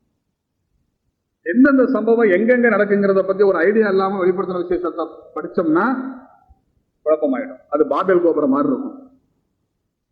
அப்படி இல்லாம அதை சரியான முறையில் பகுத்து படிக்க வேண்டியது அவசியம். 4-5 அதிகாரங்கள் பரலோக காட்சி.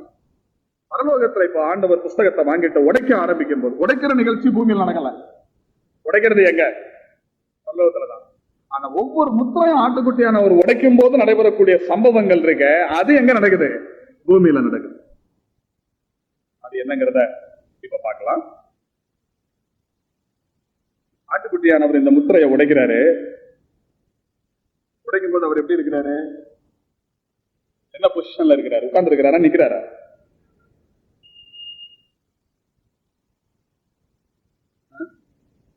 நிற்கிறார் என்றே நான் கருதுகிறேன். நிற்கிறார் என்றே கருதுகிறேன். அவர் நிற்கிறார் என்று சொல்றதுல இருந்த சபையின் காலம் முடிஞ்சு போச்சுன்னு அர்த்தம். புரியுதுங்க இல்லையா? அவர் நிற்கிறாருன்னு சொல்றதுல இருந்த கிருபையின் காலம் அல்லது சபையின் காலம் அல்லது நியூ டெஸ்டமென்ட் பீரியட் என்ன செஞ்சிருச்சு? முடிஞ்சு போச்சு. இப்ப அவர் என்ன செய்யறாரு? உட்கார்ந்து இருக்கிறார். எபிரேயருக்கு எழுதின நிருபம் 1ஆம் அதிகாரம் 3வது வசனத்துல ரொம்ப தெளிவா சொல்லியாச்சு. அவர் பாவங்களுக்கு பரிகாரத்தை உண்டு பண்ணி உன்னதத்திலே மகத்துவமானவருடைய வலது பாரிசத்தில் உட்கார்ந்தார். நான் உங்களுடைய சத்துருக்களை உமது பாதபடி ஆக்கி போடும் வரைக்கும் நீர் என்னுடைய வலது பாரிசத்தில் உட்காரும். நம்ம பற்றி சொல்லும் போது, அக்கிரமங்களினாலும் பாவங்களினாலும் மரித்தவர்களாக இருந்த உங்களையும் உயிர்ப்பித்து உன்னதங்களில் அவரோடு கூட உட்காரவும் செய்தார்.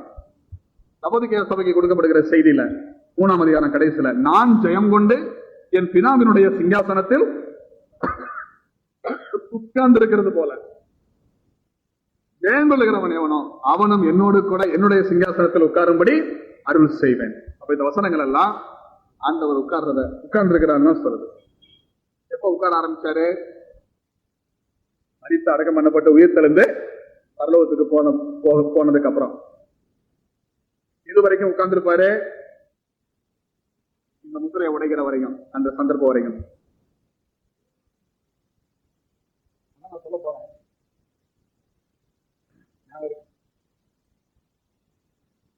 இடையில ஆண்டவர் ஒரு சந்தர்ப்பத்துல எந்திரிச்சார்.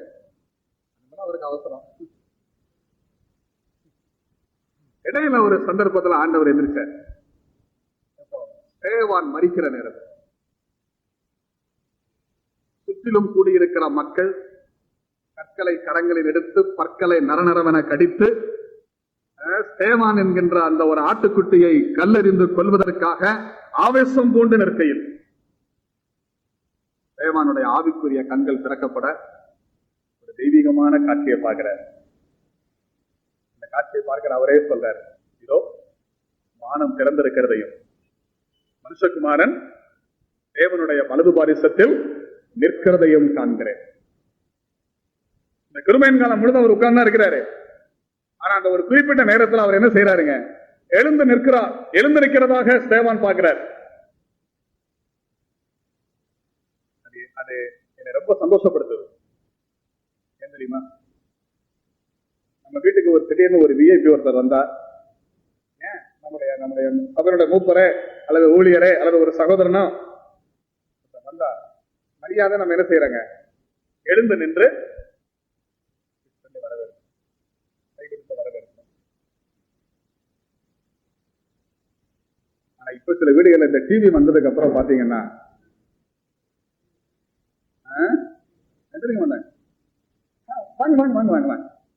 பாத்துக்கிட்டே இங்கேயும் ஒரு கண்ணு இருக்கு, இங்கேயும் ஒரு கண் பார்த்துட்டே இருப்பாங்க. ஏன்னா அந்த வீட்டுக்கு போனோம்னா ஆயிப்போயிடும். மரியாதையெல்லாம் போச்சு. ஆண்டவர் எழுந்து நிற்கிறார். ஏன்? தன்னுடைய ஓட்டத்தை வெற்றிகரமா ஓடி பாடுகளின் நடுவில், கஷ்டத்தின் நடுவில், இறுதியிலே ரத்த சாட்சியாக மரித்து இப்போது இளைப்பாறுதலுக்காக தன்னுடைய வீட்டுக்கு வரப்போகிற தன்னுடைய தாசனுடைய ஆத்மாவை வரவேற்கிறதுக்கு, தேவான வரவேற்கிறதுக்கு உட்கார்ந்து இருக்கிற ஆண்டவர் என்ன செய்யறாரு? எந்திரிச்சு நின்று வரவேற்கிறார். ஆச்சரியம் இல்லையா? பரிசுத்தவான்களின் மரணம் கர்த்தரின் பார்வைக்கு அருமையான.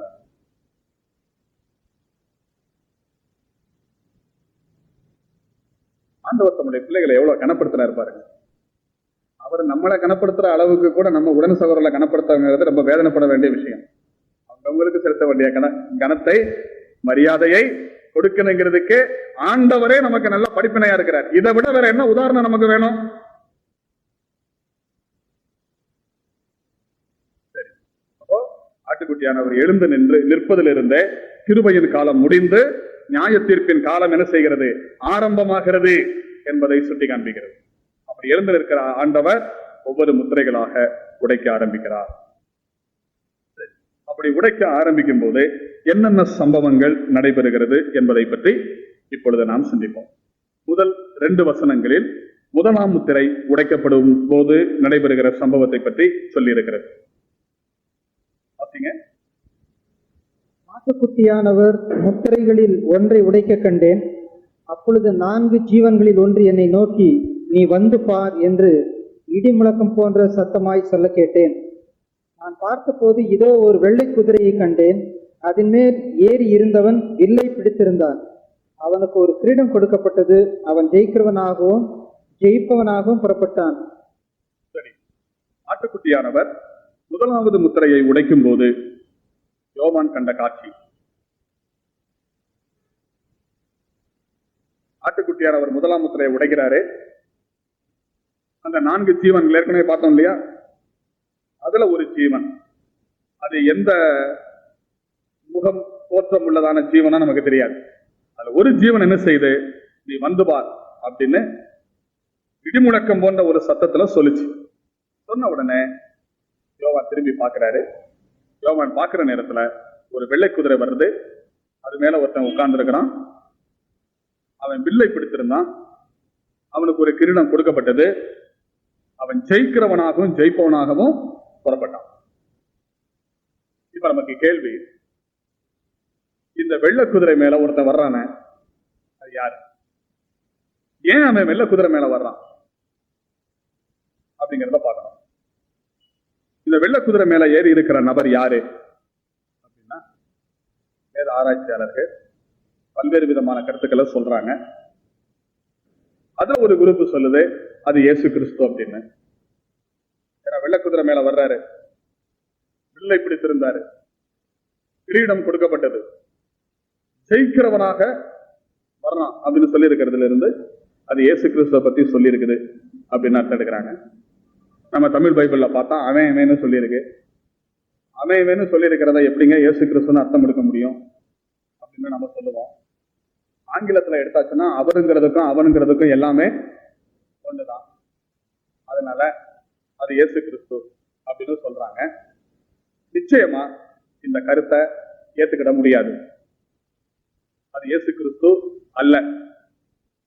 அது இயேசு கிறிஸ்து அல்லங்கிறத எப்படி சொல்லலாம்? முத்திரையை உடைச்சு நின்றுகிட்டு இருக்கிறதா இயேசு கிறிஸ்து தானே? முத்திரையை உடைத்து நின்று கொண்டு இருக்கிறது இயேசு கிறிஸ்து. இவர் முத்திரையை உடைச்சு நீங்க நின்றுகிட்டு இருக்கிறாரு. அப்படியான வெள்ளை குதிரை மேல வர்றது யார் அல்ல? இயேசு கிறிஸ்து அல்ல. ஏன்னா இவருக்கு நின்று தானே முத்திரையை உடைச்சுக்கிட்டு இருக்கிறாரு. அப்ப அதனால அது கிறிஸ்து அல்லங்கிறது உறுதியாகுது. இரண்டாவது, இவன் ஜெயிக்கிறவனாகவும் ஜெயிப்பவனாகவும் புறப்பட்டான். ஜெயிக்கிறவனாக ஜெயிப்பவனாக சொல்லியிருக்கு, சொல்லியிருக்கு. ஜெயிக்கிறவனாகவும் ஜெயிப்பவனாகவும் புறப்பட்டான்னு சொல்லி. ஆனா இயேசு கிறிஸ்து ஆல்ரெடி ஜெயிச்சிட்டாரு. திடன் கொள்ளுங்கள், நான் உலகத்தை ஜெயித்தேன். வெளிப்படுத்தல சொல்றாரு, நான் ஜெயம் கொண்டு என் பிதாவின் சிங்காசனத்தில் உட்கார்ந்து இருக்கிறது போல. அப்ப அவர் ஏற்கனவே ஜெயிச்சு முடிச்சிட்டாரு. ஆனா இவன் இனிமேதான் ஜெயிக்க புறப்படுறான். அதனால இவன் யார் அல்ல? இயேசு கிறிஸ்து அல்ல. அப்ப இயேசு கிறிஸ்து அல்லங்கிறதுக்கான அடுத்த காரணத்தை நம்ம சிந்திச்சோம். அடுத்து, இவனுடைய கையில என்ன இருக்குது? வில் இருந்தது. வில். இயேசு கிறிஸ்துனுடைய கையில ஒரு இடத்துலயாவது வில் இருந்ததாக நம்ம வேதத்துல வாசிக்கல. அதுக்கு பதிலாக அவருடைய வாயில் இருபுறமும் கருக்குள்ள பட்டயம் இருந்ததாக நாம் ஏற்கனவே வெளிப்படுத்தலே கண்டோம். அதனால இது இயேசு கிறிஸ்து அல்ல அப்படிங்கிறது தெரியுது. அப்ப இவன் இயேசு கிறிஸ்து அல்லவென்றால் அப்ப இது யாரு? பதில், அந்தி கிறிஸ்து. வெள்ளை குதிரை மேல் வருகிற இவன் அந்தி கிறிஸ்துவாக இருக்கிறான். இயேசு கிறிஸ்துவுக்கு கடைசி காலத்தில் அந்தி கிறிஸ்து வருவான் என்று கேள்விப்பட்டிருக்கிறீர்களே, இப்பொழுது அநேக அந்தி கிறிஸ்துக்கள் தோன்றி இருக்கிறார்கள் என்று சொல்லி யோவான் சொல்றாரே, வரவிருக்கின்ற அந்தி கிறிஸ்துவை குறித்து. அந்த அந்தி கிறிஸ்து தான் இந்த வெள்ளை குதிரை மேல் ஏறி வருகிறார். சரி, வெள்ளை குதிரை மேல் ஏறி வருவது, வெண்மை என்பது சமாதானத்தை காட்டுகிறது. அப்ப அந்தி கிறிஸ்து வரும்போது வெள்ளை குதிரை மேல வர்றதாக நம்ம பார்க்கிறது என்னன்னா, அந்தி கிறிஸ்து வரும்போது சமாதான புறாவாக வரணும். அந்தி கிறிஸ்துவ பத்தி கிறிஸ்தவர்கள் மத்தியில வந்திருக்கிற கற்பனைகளுக்கு கணக்குத்தான் இருக்கா? இந்த ஒனிடா டிவிக்கு விளம்பரம் வரும் பாருங்க, 2 கொம்பு வச்சு. அப்ப அந்தி கிறிஸ்துனாலே நமக்கு என்ன தோணுதுன்னா, நல்லா கண்டம் கரையர்னு மழையில நனைஞ்ச பனைமரம் மாதிரி கருத்த உருவம், அப்படி 2 கொம்பு வச்சிருப்பான், அப்படி முழிக்கிறதே ஒரு மாதிரி இருக்கும். அப்புறம் அவனுடைய நெற்றியில 666ங்கிற அந்த முத்திரை போயிச்சிருக்கும். இப்படி ஒருத்தன் வந்தான்னா எவனாவது உலகம் ஏத்துக்கிடுமாயா அவனை?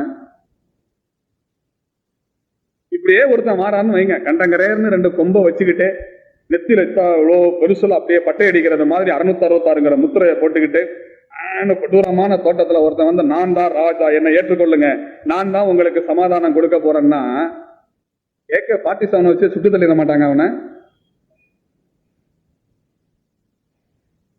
இதுக்கிடையில பாருங்க, அந்தி கிறிஸ்துவ பத்தி என்னென்ன கற்பனைகள். திடீர்னு ஒரு குழந்தை பிறந்துச்சான், பிறந்து சில நாள்லயே அதனுடைய நெற்றியில ஒரு சின்ன மாற்றம் தெரிஞ்சதான்.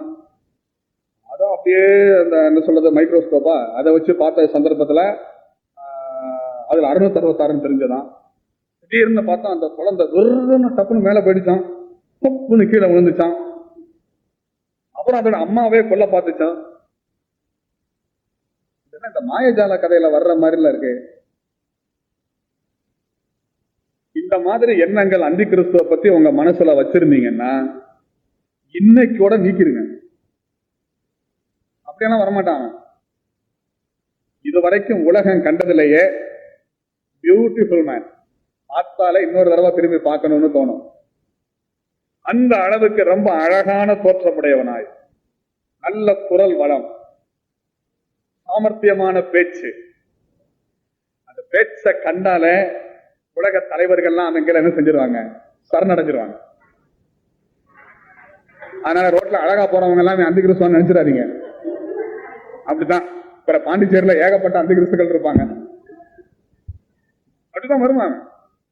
ரொம்ப அழகா இருப்பான், சாமர்த்தியமா இருப்பான், பேச்சு திறமை இருக்கும், அதை பார்த்தாலே பார்க்கணும்னு இருக்கும், அவன் கிட்ட போய் சேரணும்னு இருக்கும். அந்த மாதிரி மக்களை சுண்டி இழுக்கக்கூடிய கவர்ச்சிகரமான தோற்றத்தோடு அவன் வருவான். அதனால அந்த கொம்பு முளைச்சு வருவான். 666. ஏங்க எவ்வளவு நாகரீகம் பெருத்து போச்சுங்க. இவ்வளவு நாகரீகம் பெருத்து போன இந்த காலத்துல முத்திரை அப்படி வெளியில தெரியும்படியா போட்டுக்கிட்டு வருவாங்கன்னு நீங்க நினைக்கிறீங்களா? நான் இதை சொல்லும்போது நீங்க கேட்பீங்க, பைபிளே எழுதி இருக்குது 666 முத்திரையை அந்தி கிறிஸ்துவ நெற்றியிலையோ கையிலையோ பதிக்கிறதுக்கு கட்டளை போடுவான் அப்படின்னு. அப்ப எழுதி இருக்குல்லங்க. ஆமா எழுதி இருக்குது. அப்ப தப்புன்னு சொல்றீங்களா? அப்படி நான் சொல்லல. அவன் ஃபர்ஸ்ட் நெத்தியில போடுங்கன்னு கொண்டு வருவான். மக்களுடைய எதிர்ப்பு கிளம்பும். மக்களோட எதிர்ப்பு கிளம்பும். நெத்தியில போடுறதுங்க எப்படிங்க, அதெல்லாம் அசிங்கமா இருக்குமே அப்படின்னு. அப்ப கொஞ்சம் அந்த சட்டத்தை தளர்த்துவான். சரி நெத்தியில வேண்டாம், என்ன செய்யுங்க, கையில போடுங்க. இனி நெத்தியில போட்டாலுமே வெளியே தெரியாது. லேசர் சிஸ்டம் கொண்டு வந்துட்டாங்க. கரடிட்ட காட்டுறதுக்கு இல்லைங்க, அதனுடைய நம்பர் ஒவ்வொரு மனுஷனுடைய பாடியிலே பதிச்சிடுறாங்க. இப்போ நீங்க போய் லேசர் போய் நின்னா போதும், உங்க நம்பர் அதுல தெரியும். ஆனா வெளியில ஒண்ணுமே தெரியாது.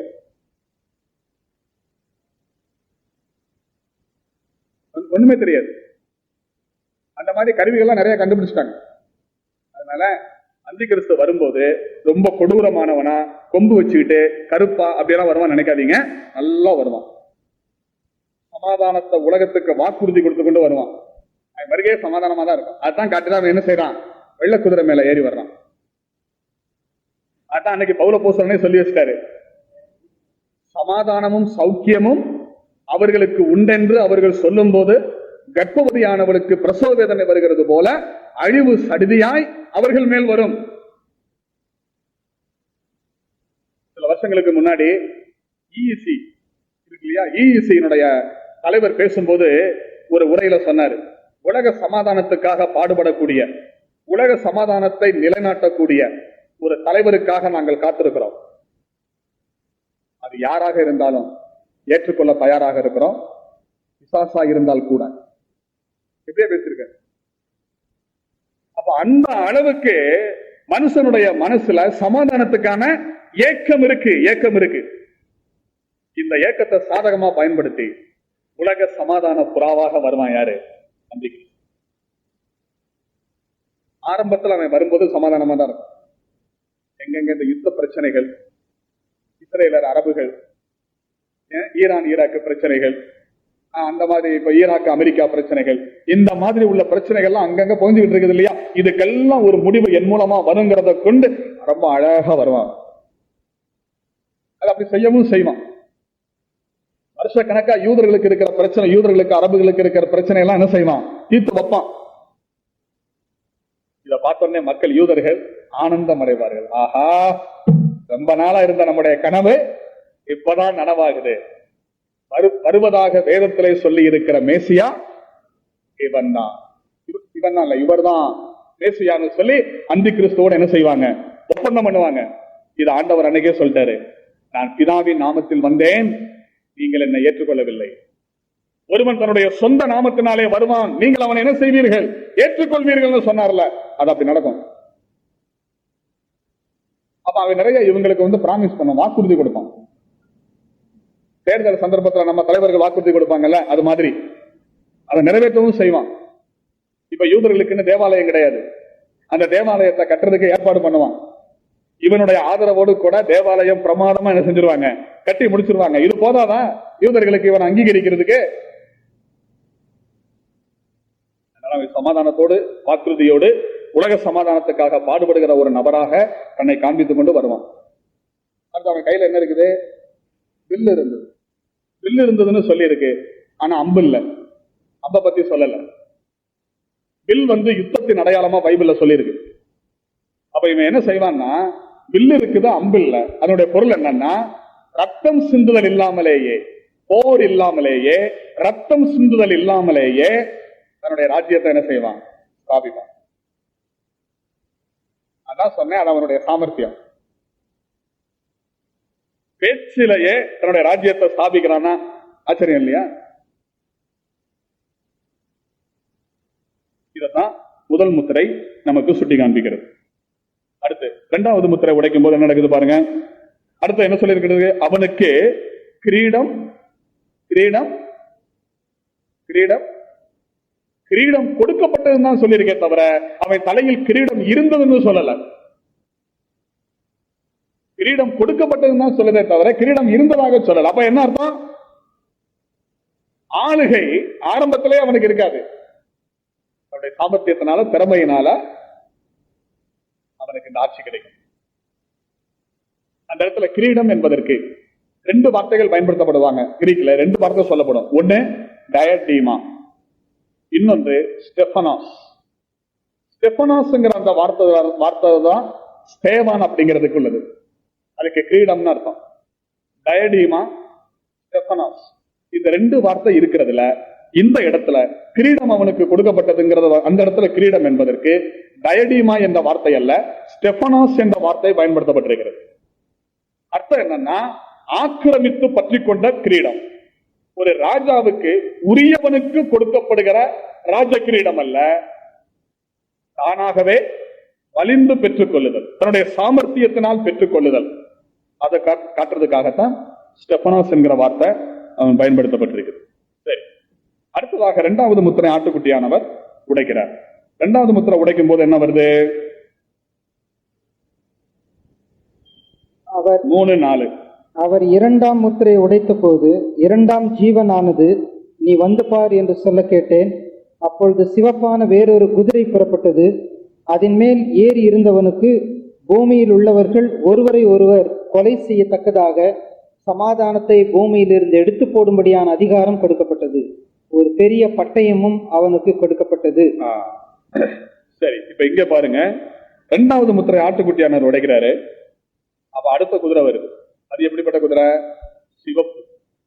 அதன் மேல உட்கார்ந்து இருந்தவனுக்கு பூமியில் உள்ளவங்களை எல்லாம் ஒருவர் கொலை செய்யத்தக்கதாக சமாதானத்தை எடுத்து போடும்படியான அதிகாரம் கொடுக்கப்பட்டதுன்னு சொல்லியிருக்கு. இது அந்தி கிறிஸ்துவினுடைய மறு வடிவம்.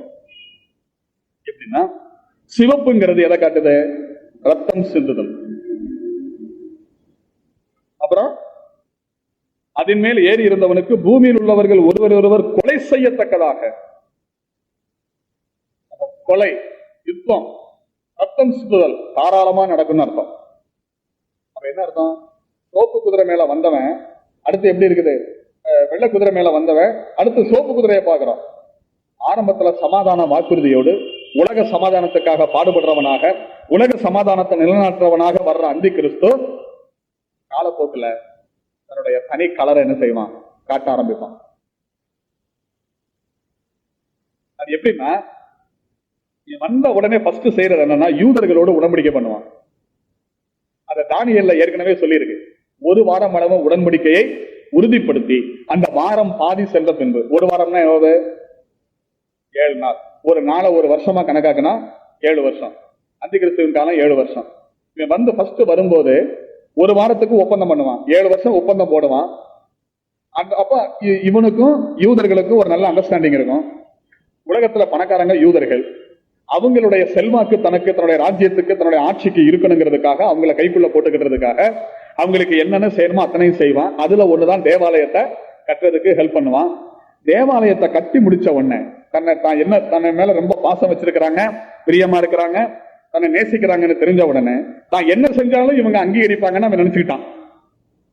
அந்தபடி இவன் என்ன செய்வான், தேவாலயத்தை கட்டி முடிச்ச உடனே இவன் போய் உட்காருவான். இவன் போய் உட்காருவான். அவங்க ஆளு எப்படி ஆளுன்னு தெரியாம யூதர்கள் அவரவே அந்த பாடுபடுத்தினாங்களே, விடுவாங்களா? ஏசாயா தீர்க்கதரிசி, எரேமியா தீர்க்கதரிசி என்ன பாடுபடுத்தினாங்க, தேவான என்ன பாடுபடுத்தினாங்க, விடுவாங்களா? தான் கொண்டு போய் தேவாலயத்துல உட்கார்ந்த உடனே அவங்களுக்கு அப்பதான் ஞானோதயம் பிறக்கும். அடடா, என்னையன்றி உனக்கு வேற தேவர்கள் உண்டாயிருக்க வேண்டாம்னு யெகோவா சொன்னாரு, எனக்கொத்த யாதொரு சொரூபத்தையும் உண்டாக்க கூடாதுன்னு சொன்னாரு. ஆனா இவன் அவனுடைய சொரூபத்தை கொண்டு போய் வைக்கிறான், அவனே போய் உட்கார்றான். அப்படியானால் இது யார் அல்ல? மேசியா இல்ல, தேவகுமாரன் இல்ல, ஏமாந்துட்டோம், வஞ்சிக்கப்பட்டோம் அப்படிங்கிற உணர்வு அவங்களுக்கு ஏற்படும். அந்த உணர்வு அவங்களுக்கு வர்றதோடு கூட ஆண்டவர் 2 சாட்சிகளையும் அனுப்புவார். அதை நம்ம பின்னால படிப்போம்.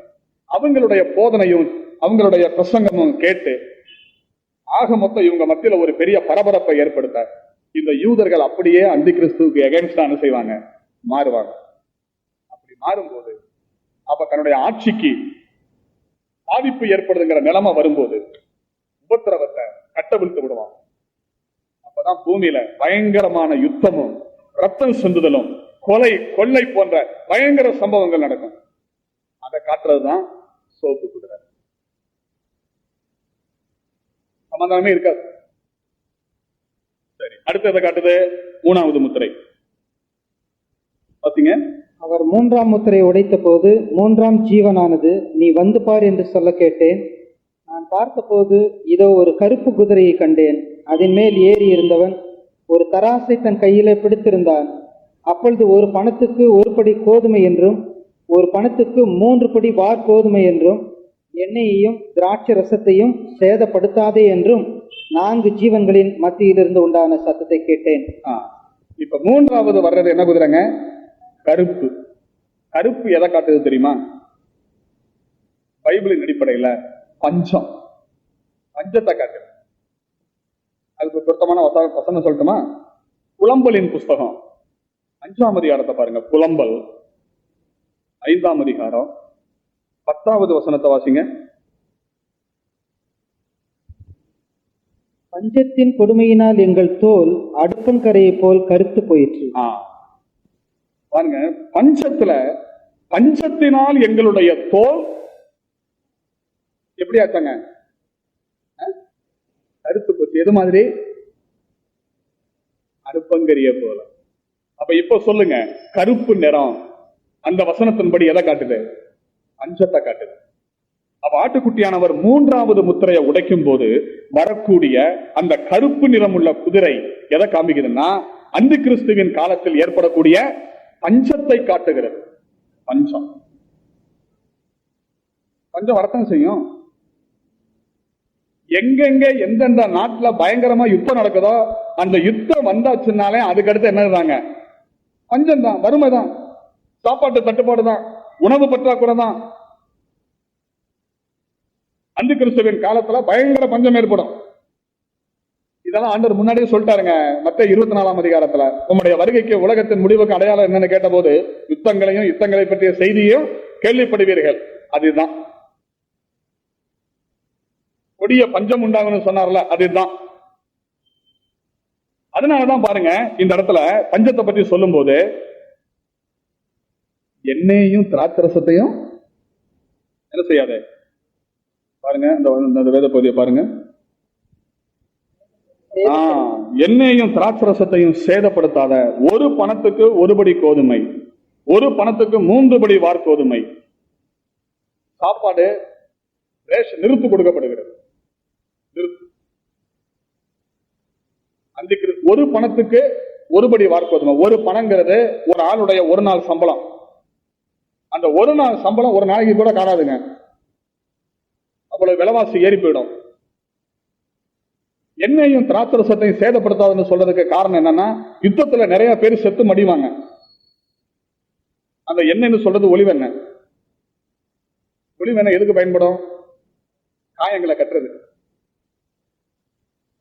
அதனால யுத்தத்துல ஈடுபட்ட வீரர்களுக்கு சிகிச்சைக்கு தேவையான இதெல்லாம் தேவைப்படுது, அதை சேதப்படுத்தாதீங்க அப்படின்னு உத்தரவு வருது. அப்ப இந்த மாதிரி ஒளிவேனை எல்லாம் லிமிட்டா தான் உபயோகிக்கணுங்கிற சட்டத்தை அவன் கொண்டு வருவான் போல தெரியுது. அந்த அளவுக்கு பயங்கரமான பாதிப்புகள் வரப்போகுது. அதனுடைய சிம்டம்ஸ் இப்பே தெரியுது. இப்ப நிறைய இடங்கள்ல பஞ்சத்தை நம்ம பாக்குறோம்ல. அவருடைய வருகையினால் மிக சீக்கிரமாய் நெருங்கி கொண்டிருக்கிறதுங்கிறத இதை காட்டுது. அதனால இந்த மூன்றாவது முத்திரை உடைக்கப்படும் போது ஏற்படக்கூடிய இந்த அனுபவம் அந்தி கிறிஸ்துவின் காலத்தில் ஏற்படக்கூடிய பஞ்சத்தை காட்டுது. அடுத்த நான்காவது முத்திரையை பாருங்க. அவர் 4ஆம் முத்திரையை உடைத்த போது 4ஆம் ஜீவனானது, நீ வந்து பார் என்று சொல்லும் சத்தத்தை கேட்டேன். நான் பார்த்தபோது இதோ மங்கின நிறமுள்ள ஒரு குதிரையை கண்டேன். அதன் மேல் ஏறி இருந்தவனுக்கு மரணம் என்று பெயர். பாதாளம் அவன் பின் சென்றது. பட்டயத்தினாலும் பஞ்சத்தினாலும் சாவினாலும் பூமியின் துஷ்ட மிருகங்களினாலும் பூமியின் கார் பங்கில் உள்ளவர்களை கொலை செய்யும்படியான அதிகாரம் அவர்களுக்கு கொடுக்கப்பட்டது. நான்காவது முத்திரை வந்து உடைக்கப்பட்ட போது ஒரு குதிரை வர்றது. எப்படி குதிரையாங்க? மங்கின. இன்னும் கொஞ்சம் கூட சொல்ல போனா ஒரு மாதிரி வெளிரின நிறம். இந்த ரத்த சோகை வந்தா எப்படி இருக்கும்?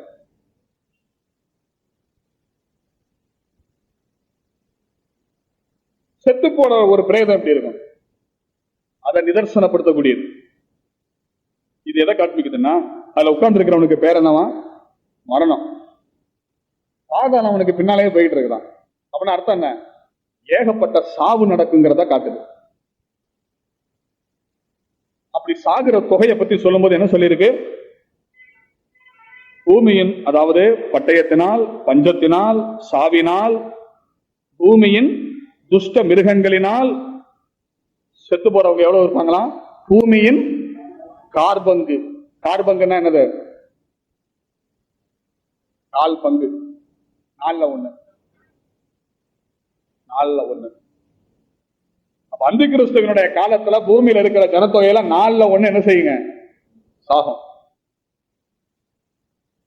அவ்வளவு பெரிய பயங்கரமான மரணம் நடைபெறும் அப்படிங்கிறத நம்ம பார்க்கிறோம். இந்த யுத்தத்தினால மட்டும் இல்ல, யுத்தத்தை தொடர்ந்து பஞ்சம், அப்புறம் பூமியில் உள்ள துஷ்ட மிருகங்கள். பஞ்சம் பலகார எல்லாருமே ராணுவ வீரர்கள் நிறைய செத்து போவாங்க. ஏகப்பட்ட யுத்தங்கள் தொடர்ந்து நடக்கிறதுனால அப்ப அடுத்த ராணுவத்துக்கு என்ன செய்யணும்? ஆள் சேர்க்கணும். இருக்கிற ஆம்பளைங்கள்லாம் ராணுவத்துல சேர்க்கப்பட்டாச்சுன்னா விவசாயம் பாதிக்கப்படும். விவசாயம் பாதிக்கப்படும் போது உணவு பற்றாக்குறை வரும். இதெல்லாம் அந்தி கிறிஸ்துவுடைய காலத்தில் நடக்க போற விஷயம். அதான் இங்க சொல்லியிருக்கு. அடுத்து என்ன சொல்லியிருக்குது?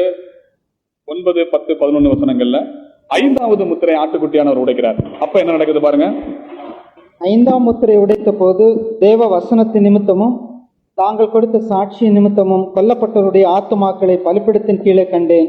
அவர்கள் பரிசுத்தமும் சத்தியமுள்ள ஆண்டவரே, தேவரீர் பூமியின் மேல் குடியிருக்கிறவரிடத்தில் எங்கள் இரத்தத்தை குறித்து எதுவரைக்கும் நியாய தீர்ப்பு செய்யாமலும் பழிவாங்காமலும் இருப்பீர் என்று மகா சத்தமிட்டு கூப்பிட்டார்கள். அப்பொழுது அவர்கள் ஒவ்வொருவருக்கும் வெள்ளை அங்கிகள் கொடுக்கப்பட்டது. அன்றியும் அவர்கள் தங்களைப் போல கொலை செய்யப்பட போகிறவர்களாகிய தங்கள் உடன் பணிவிடைக்காரரும் தங்கள் சகோதரன் மாணவர்களின் தொகை நிறைவாகும் அளவும் இன்னும் கொஞ்ச காலம் இளைப்பாற வேண்டும் என்று அவர்களுக்கு சொல்லப்பட்டது. இங்கே ஆட்டுக்குட்டியார் அவர் 5ஆம் முத்திரையை உடைக்கும் போது ஆண்டவரின் நிமித்தமா, அதாவது தேவ வசனத்து நிமித்தம், தாங்கள் கொடுத்த சாட்சி நிமித்தம் கொல்லப்பட்டவுடைய ஆத்மாக்களை பலிபீடத்தின் கீழே பார்க்கிறார். அவங்க தங்களுடைய சத்துருக்களை பழிவாங்கிறதுக்காக என்ன செய்யறாங்க? ஆண்டவர்கிட்ட பிரார்த்தனை பண்றாங்க. ஆண்டவர் அப்ப அவங்களுக்கு என்ன பதில் சொல்லப்படுது? உங்களை மாதிரியே சாக வேண்டிய இன்னும் சகோதரர்கள் இருக்காங்க, அது வரைக்கும் நீங்க என்ன செய்யுங்க? காத்திருங்க. இந்த ஆத்மாக்கள் அப்படின்னா ரத்த சாட்சிகளா மறிச்சவங்க, தேவ வசனத்து நிமித்தம் தாங்கள் கொடுத்த சாட்சி நிமித்தம் கொல்லப்பட்டவங்கன்னா ரத்த சாட்சியா மறிச்சவங்க. இது அந்தி கிறிஸ்துவின் காலகட்டத்தில் ஆண்டவருக்காக மறிக்கிறவர்கள். அவங்களை காட்டுது. அவங்க ஆண்டவர்கிட்ட தங்க இந்த மாதிரி கொடுமை நடக்குதுன்னு ஆண்டவர்கிட்ட பிரார்த்தனை பண்ணும்போது, அழும்போது ஒரு குறிப்பிட்ட காலம் வரைக்கும் என்ன செய்ய சொல்றாரு?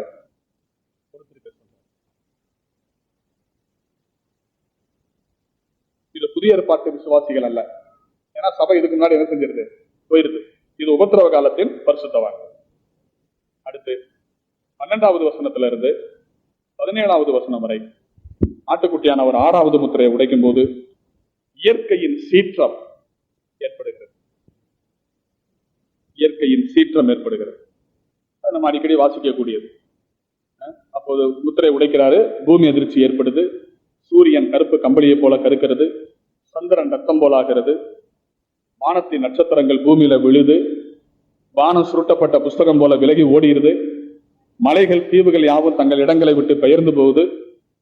இவ்வளவு பயங்கரமான சம்பவங்கள் நடக்கும்.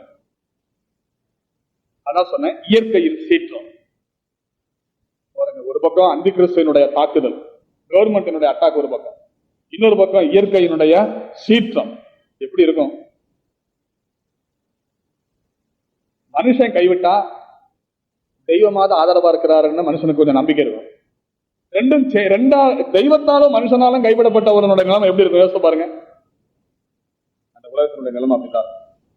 அதனாலதான் தெருவா வீடு வீடா போய் ஆண்டவரை ஏற்றுக்கொள்ளுங்கன்னு சொல்றோம். எவன் கேட்கான்? யாரு காதுல ஏறுது? ஒரு நாள் வரும். இவ்வளவு உபத்திரவம் வரும்போது மக்களுடைய ரியாக்ஷன் என்ன? 15, 16, 17 இவ்வளவு நடக்குத ஒரு வார்த்தை ஆண்டவரை பார்த்து முறையிடுறாங்களான்னு பாருங்க. காலமெல்லாம் கண்ணையும் மண்ணையும் கும்பிட்டு பழகி போனவன் அப்பயும் அதை தான் தேடி ஓடுறான். இல்ல, மலைகளையும் குன்றுகளையும் பார்த்து எங்க மேல விழுந்து எங்களை மூடிக்கொள்ளுங்கன்னு அங்க போய் பிரார்த்தனை பண்ண தெரியல. அதை நேரம் அவர்கிட்ட போனான்னு போக மாட்டான். ஆவியானவர் பூமியில தங்கி முழு ஆள் தத்துவத்தோடு பூமியில இருந்து கொண்டு செயல்படும் போதே இவ்வளவு இருதய கடினத்தோடு இருக்கிறவன் அப்ப வருவானா? அதோட 6ஆம் அதிகாரத்தின் விஷயம் முடியும். அடுத்து 7வது முத்திரை உடைக்கப்படும் போது உள்ள சம்பவம் 8ஆம் அதிகாரத்திலிருந்து ஆரம்பிக்கும். இது ரெண்டுக்கு இடையில ஒரு இடைவெளி இருக்கு. ஒரு இன்டர்வல் டைம். அதான் 7ஆம் அதிகாரம். அந்த இடைவெளி என்னதுங்கிறத இப்ப இடைவெளிக்கு பின்னாடி சாயங்காலம் சொல்லிப்போம்.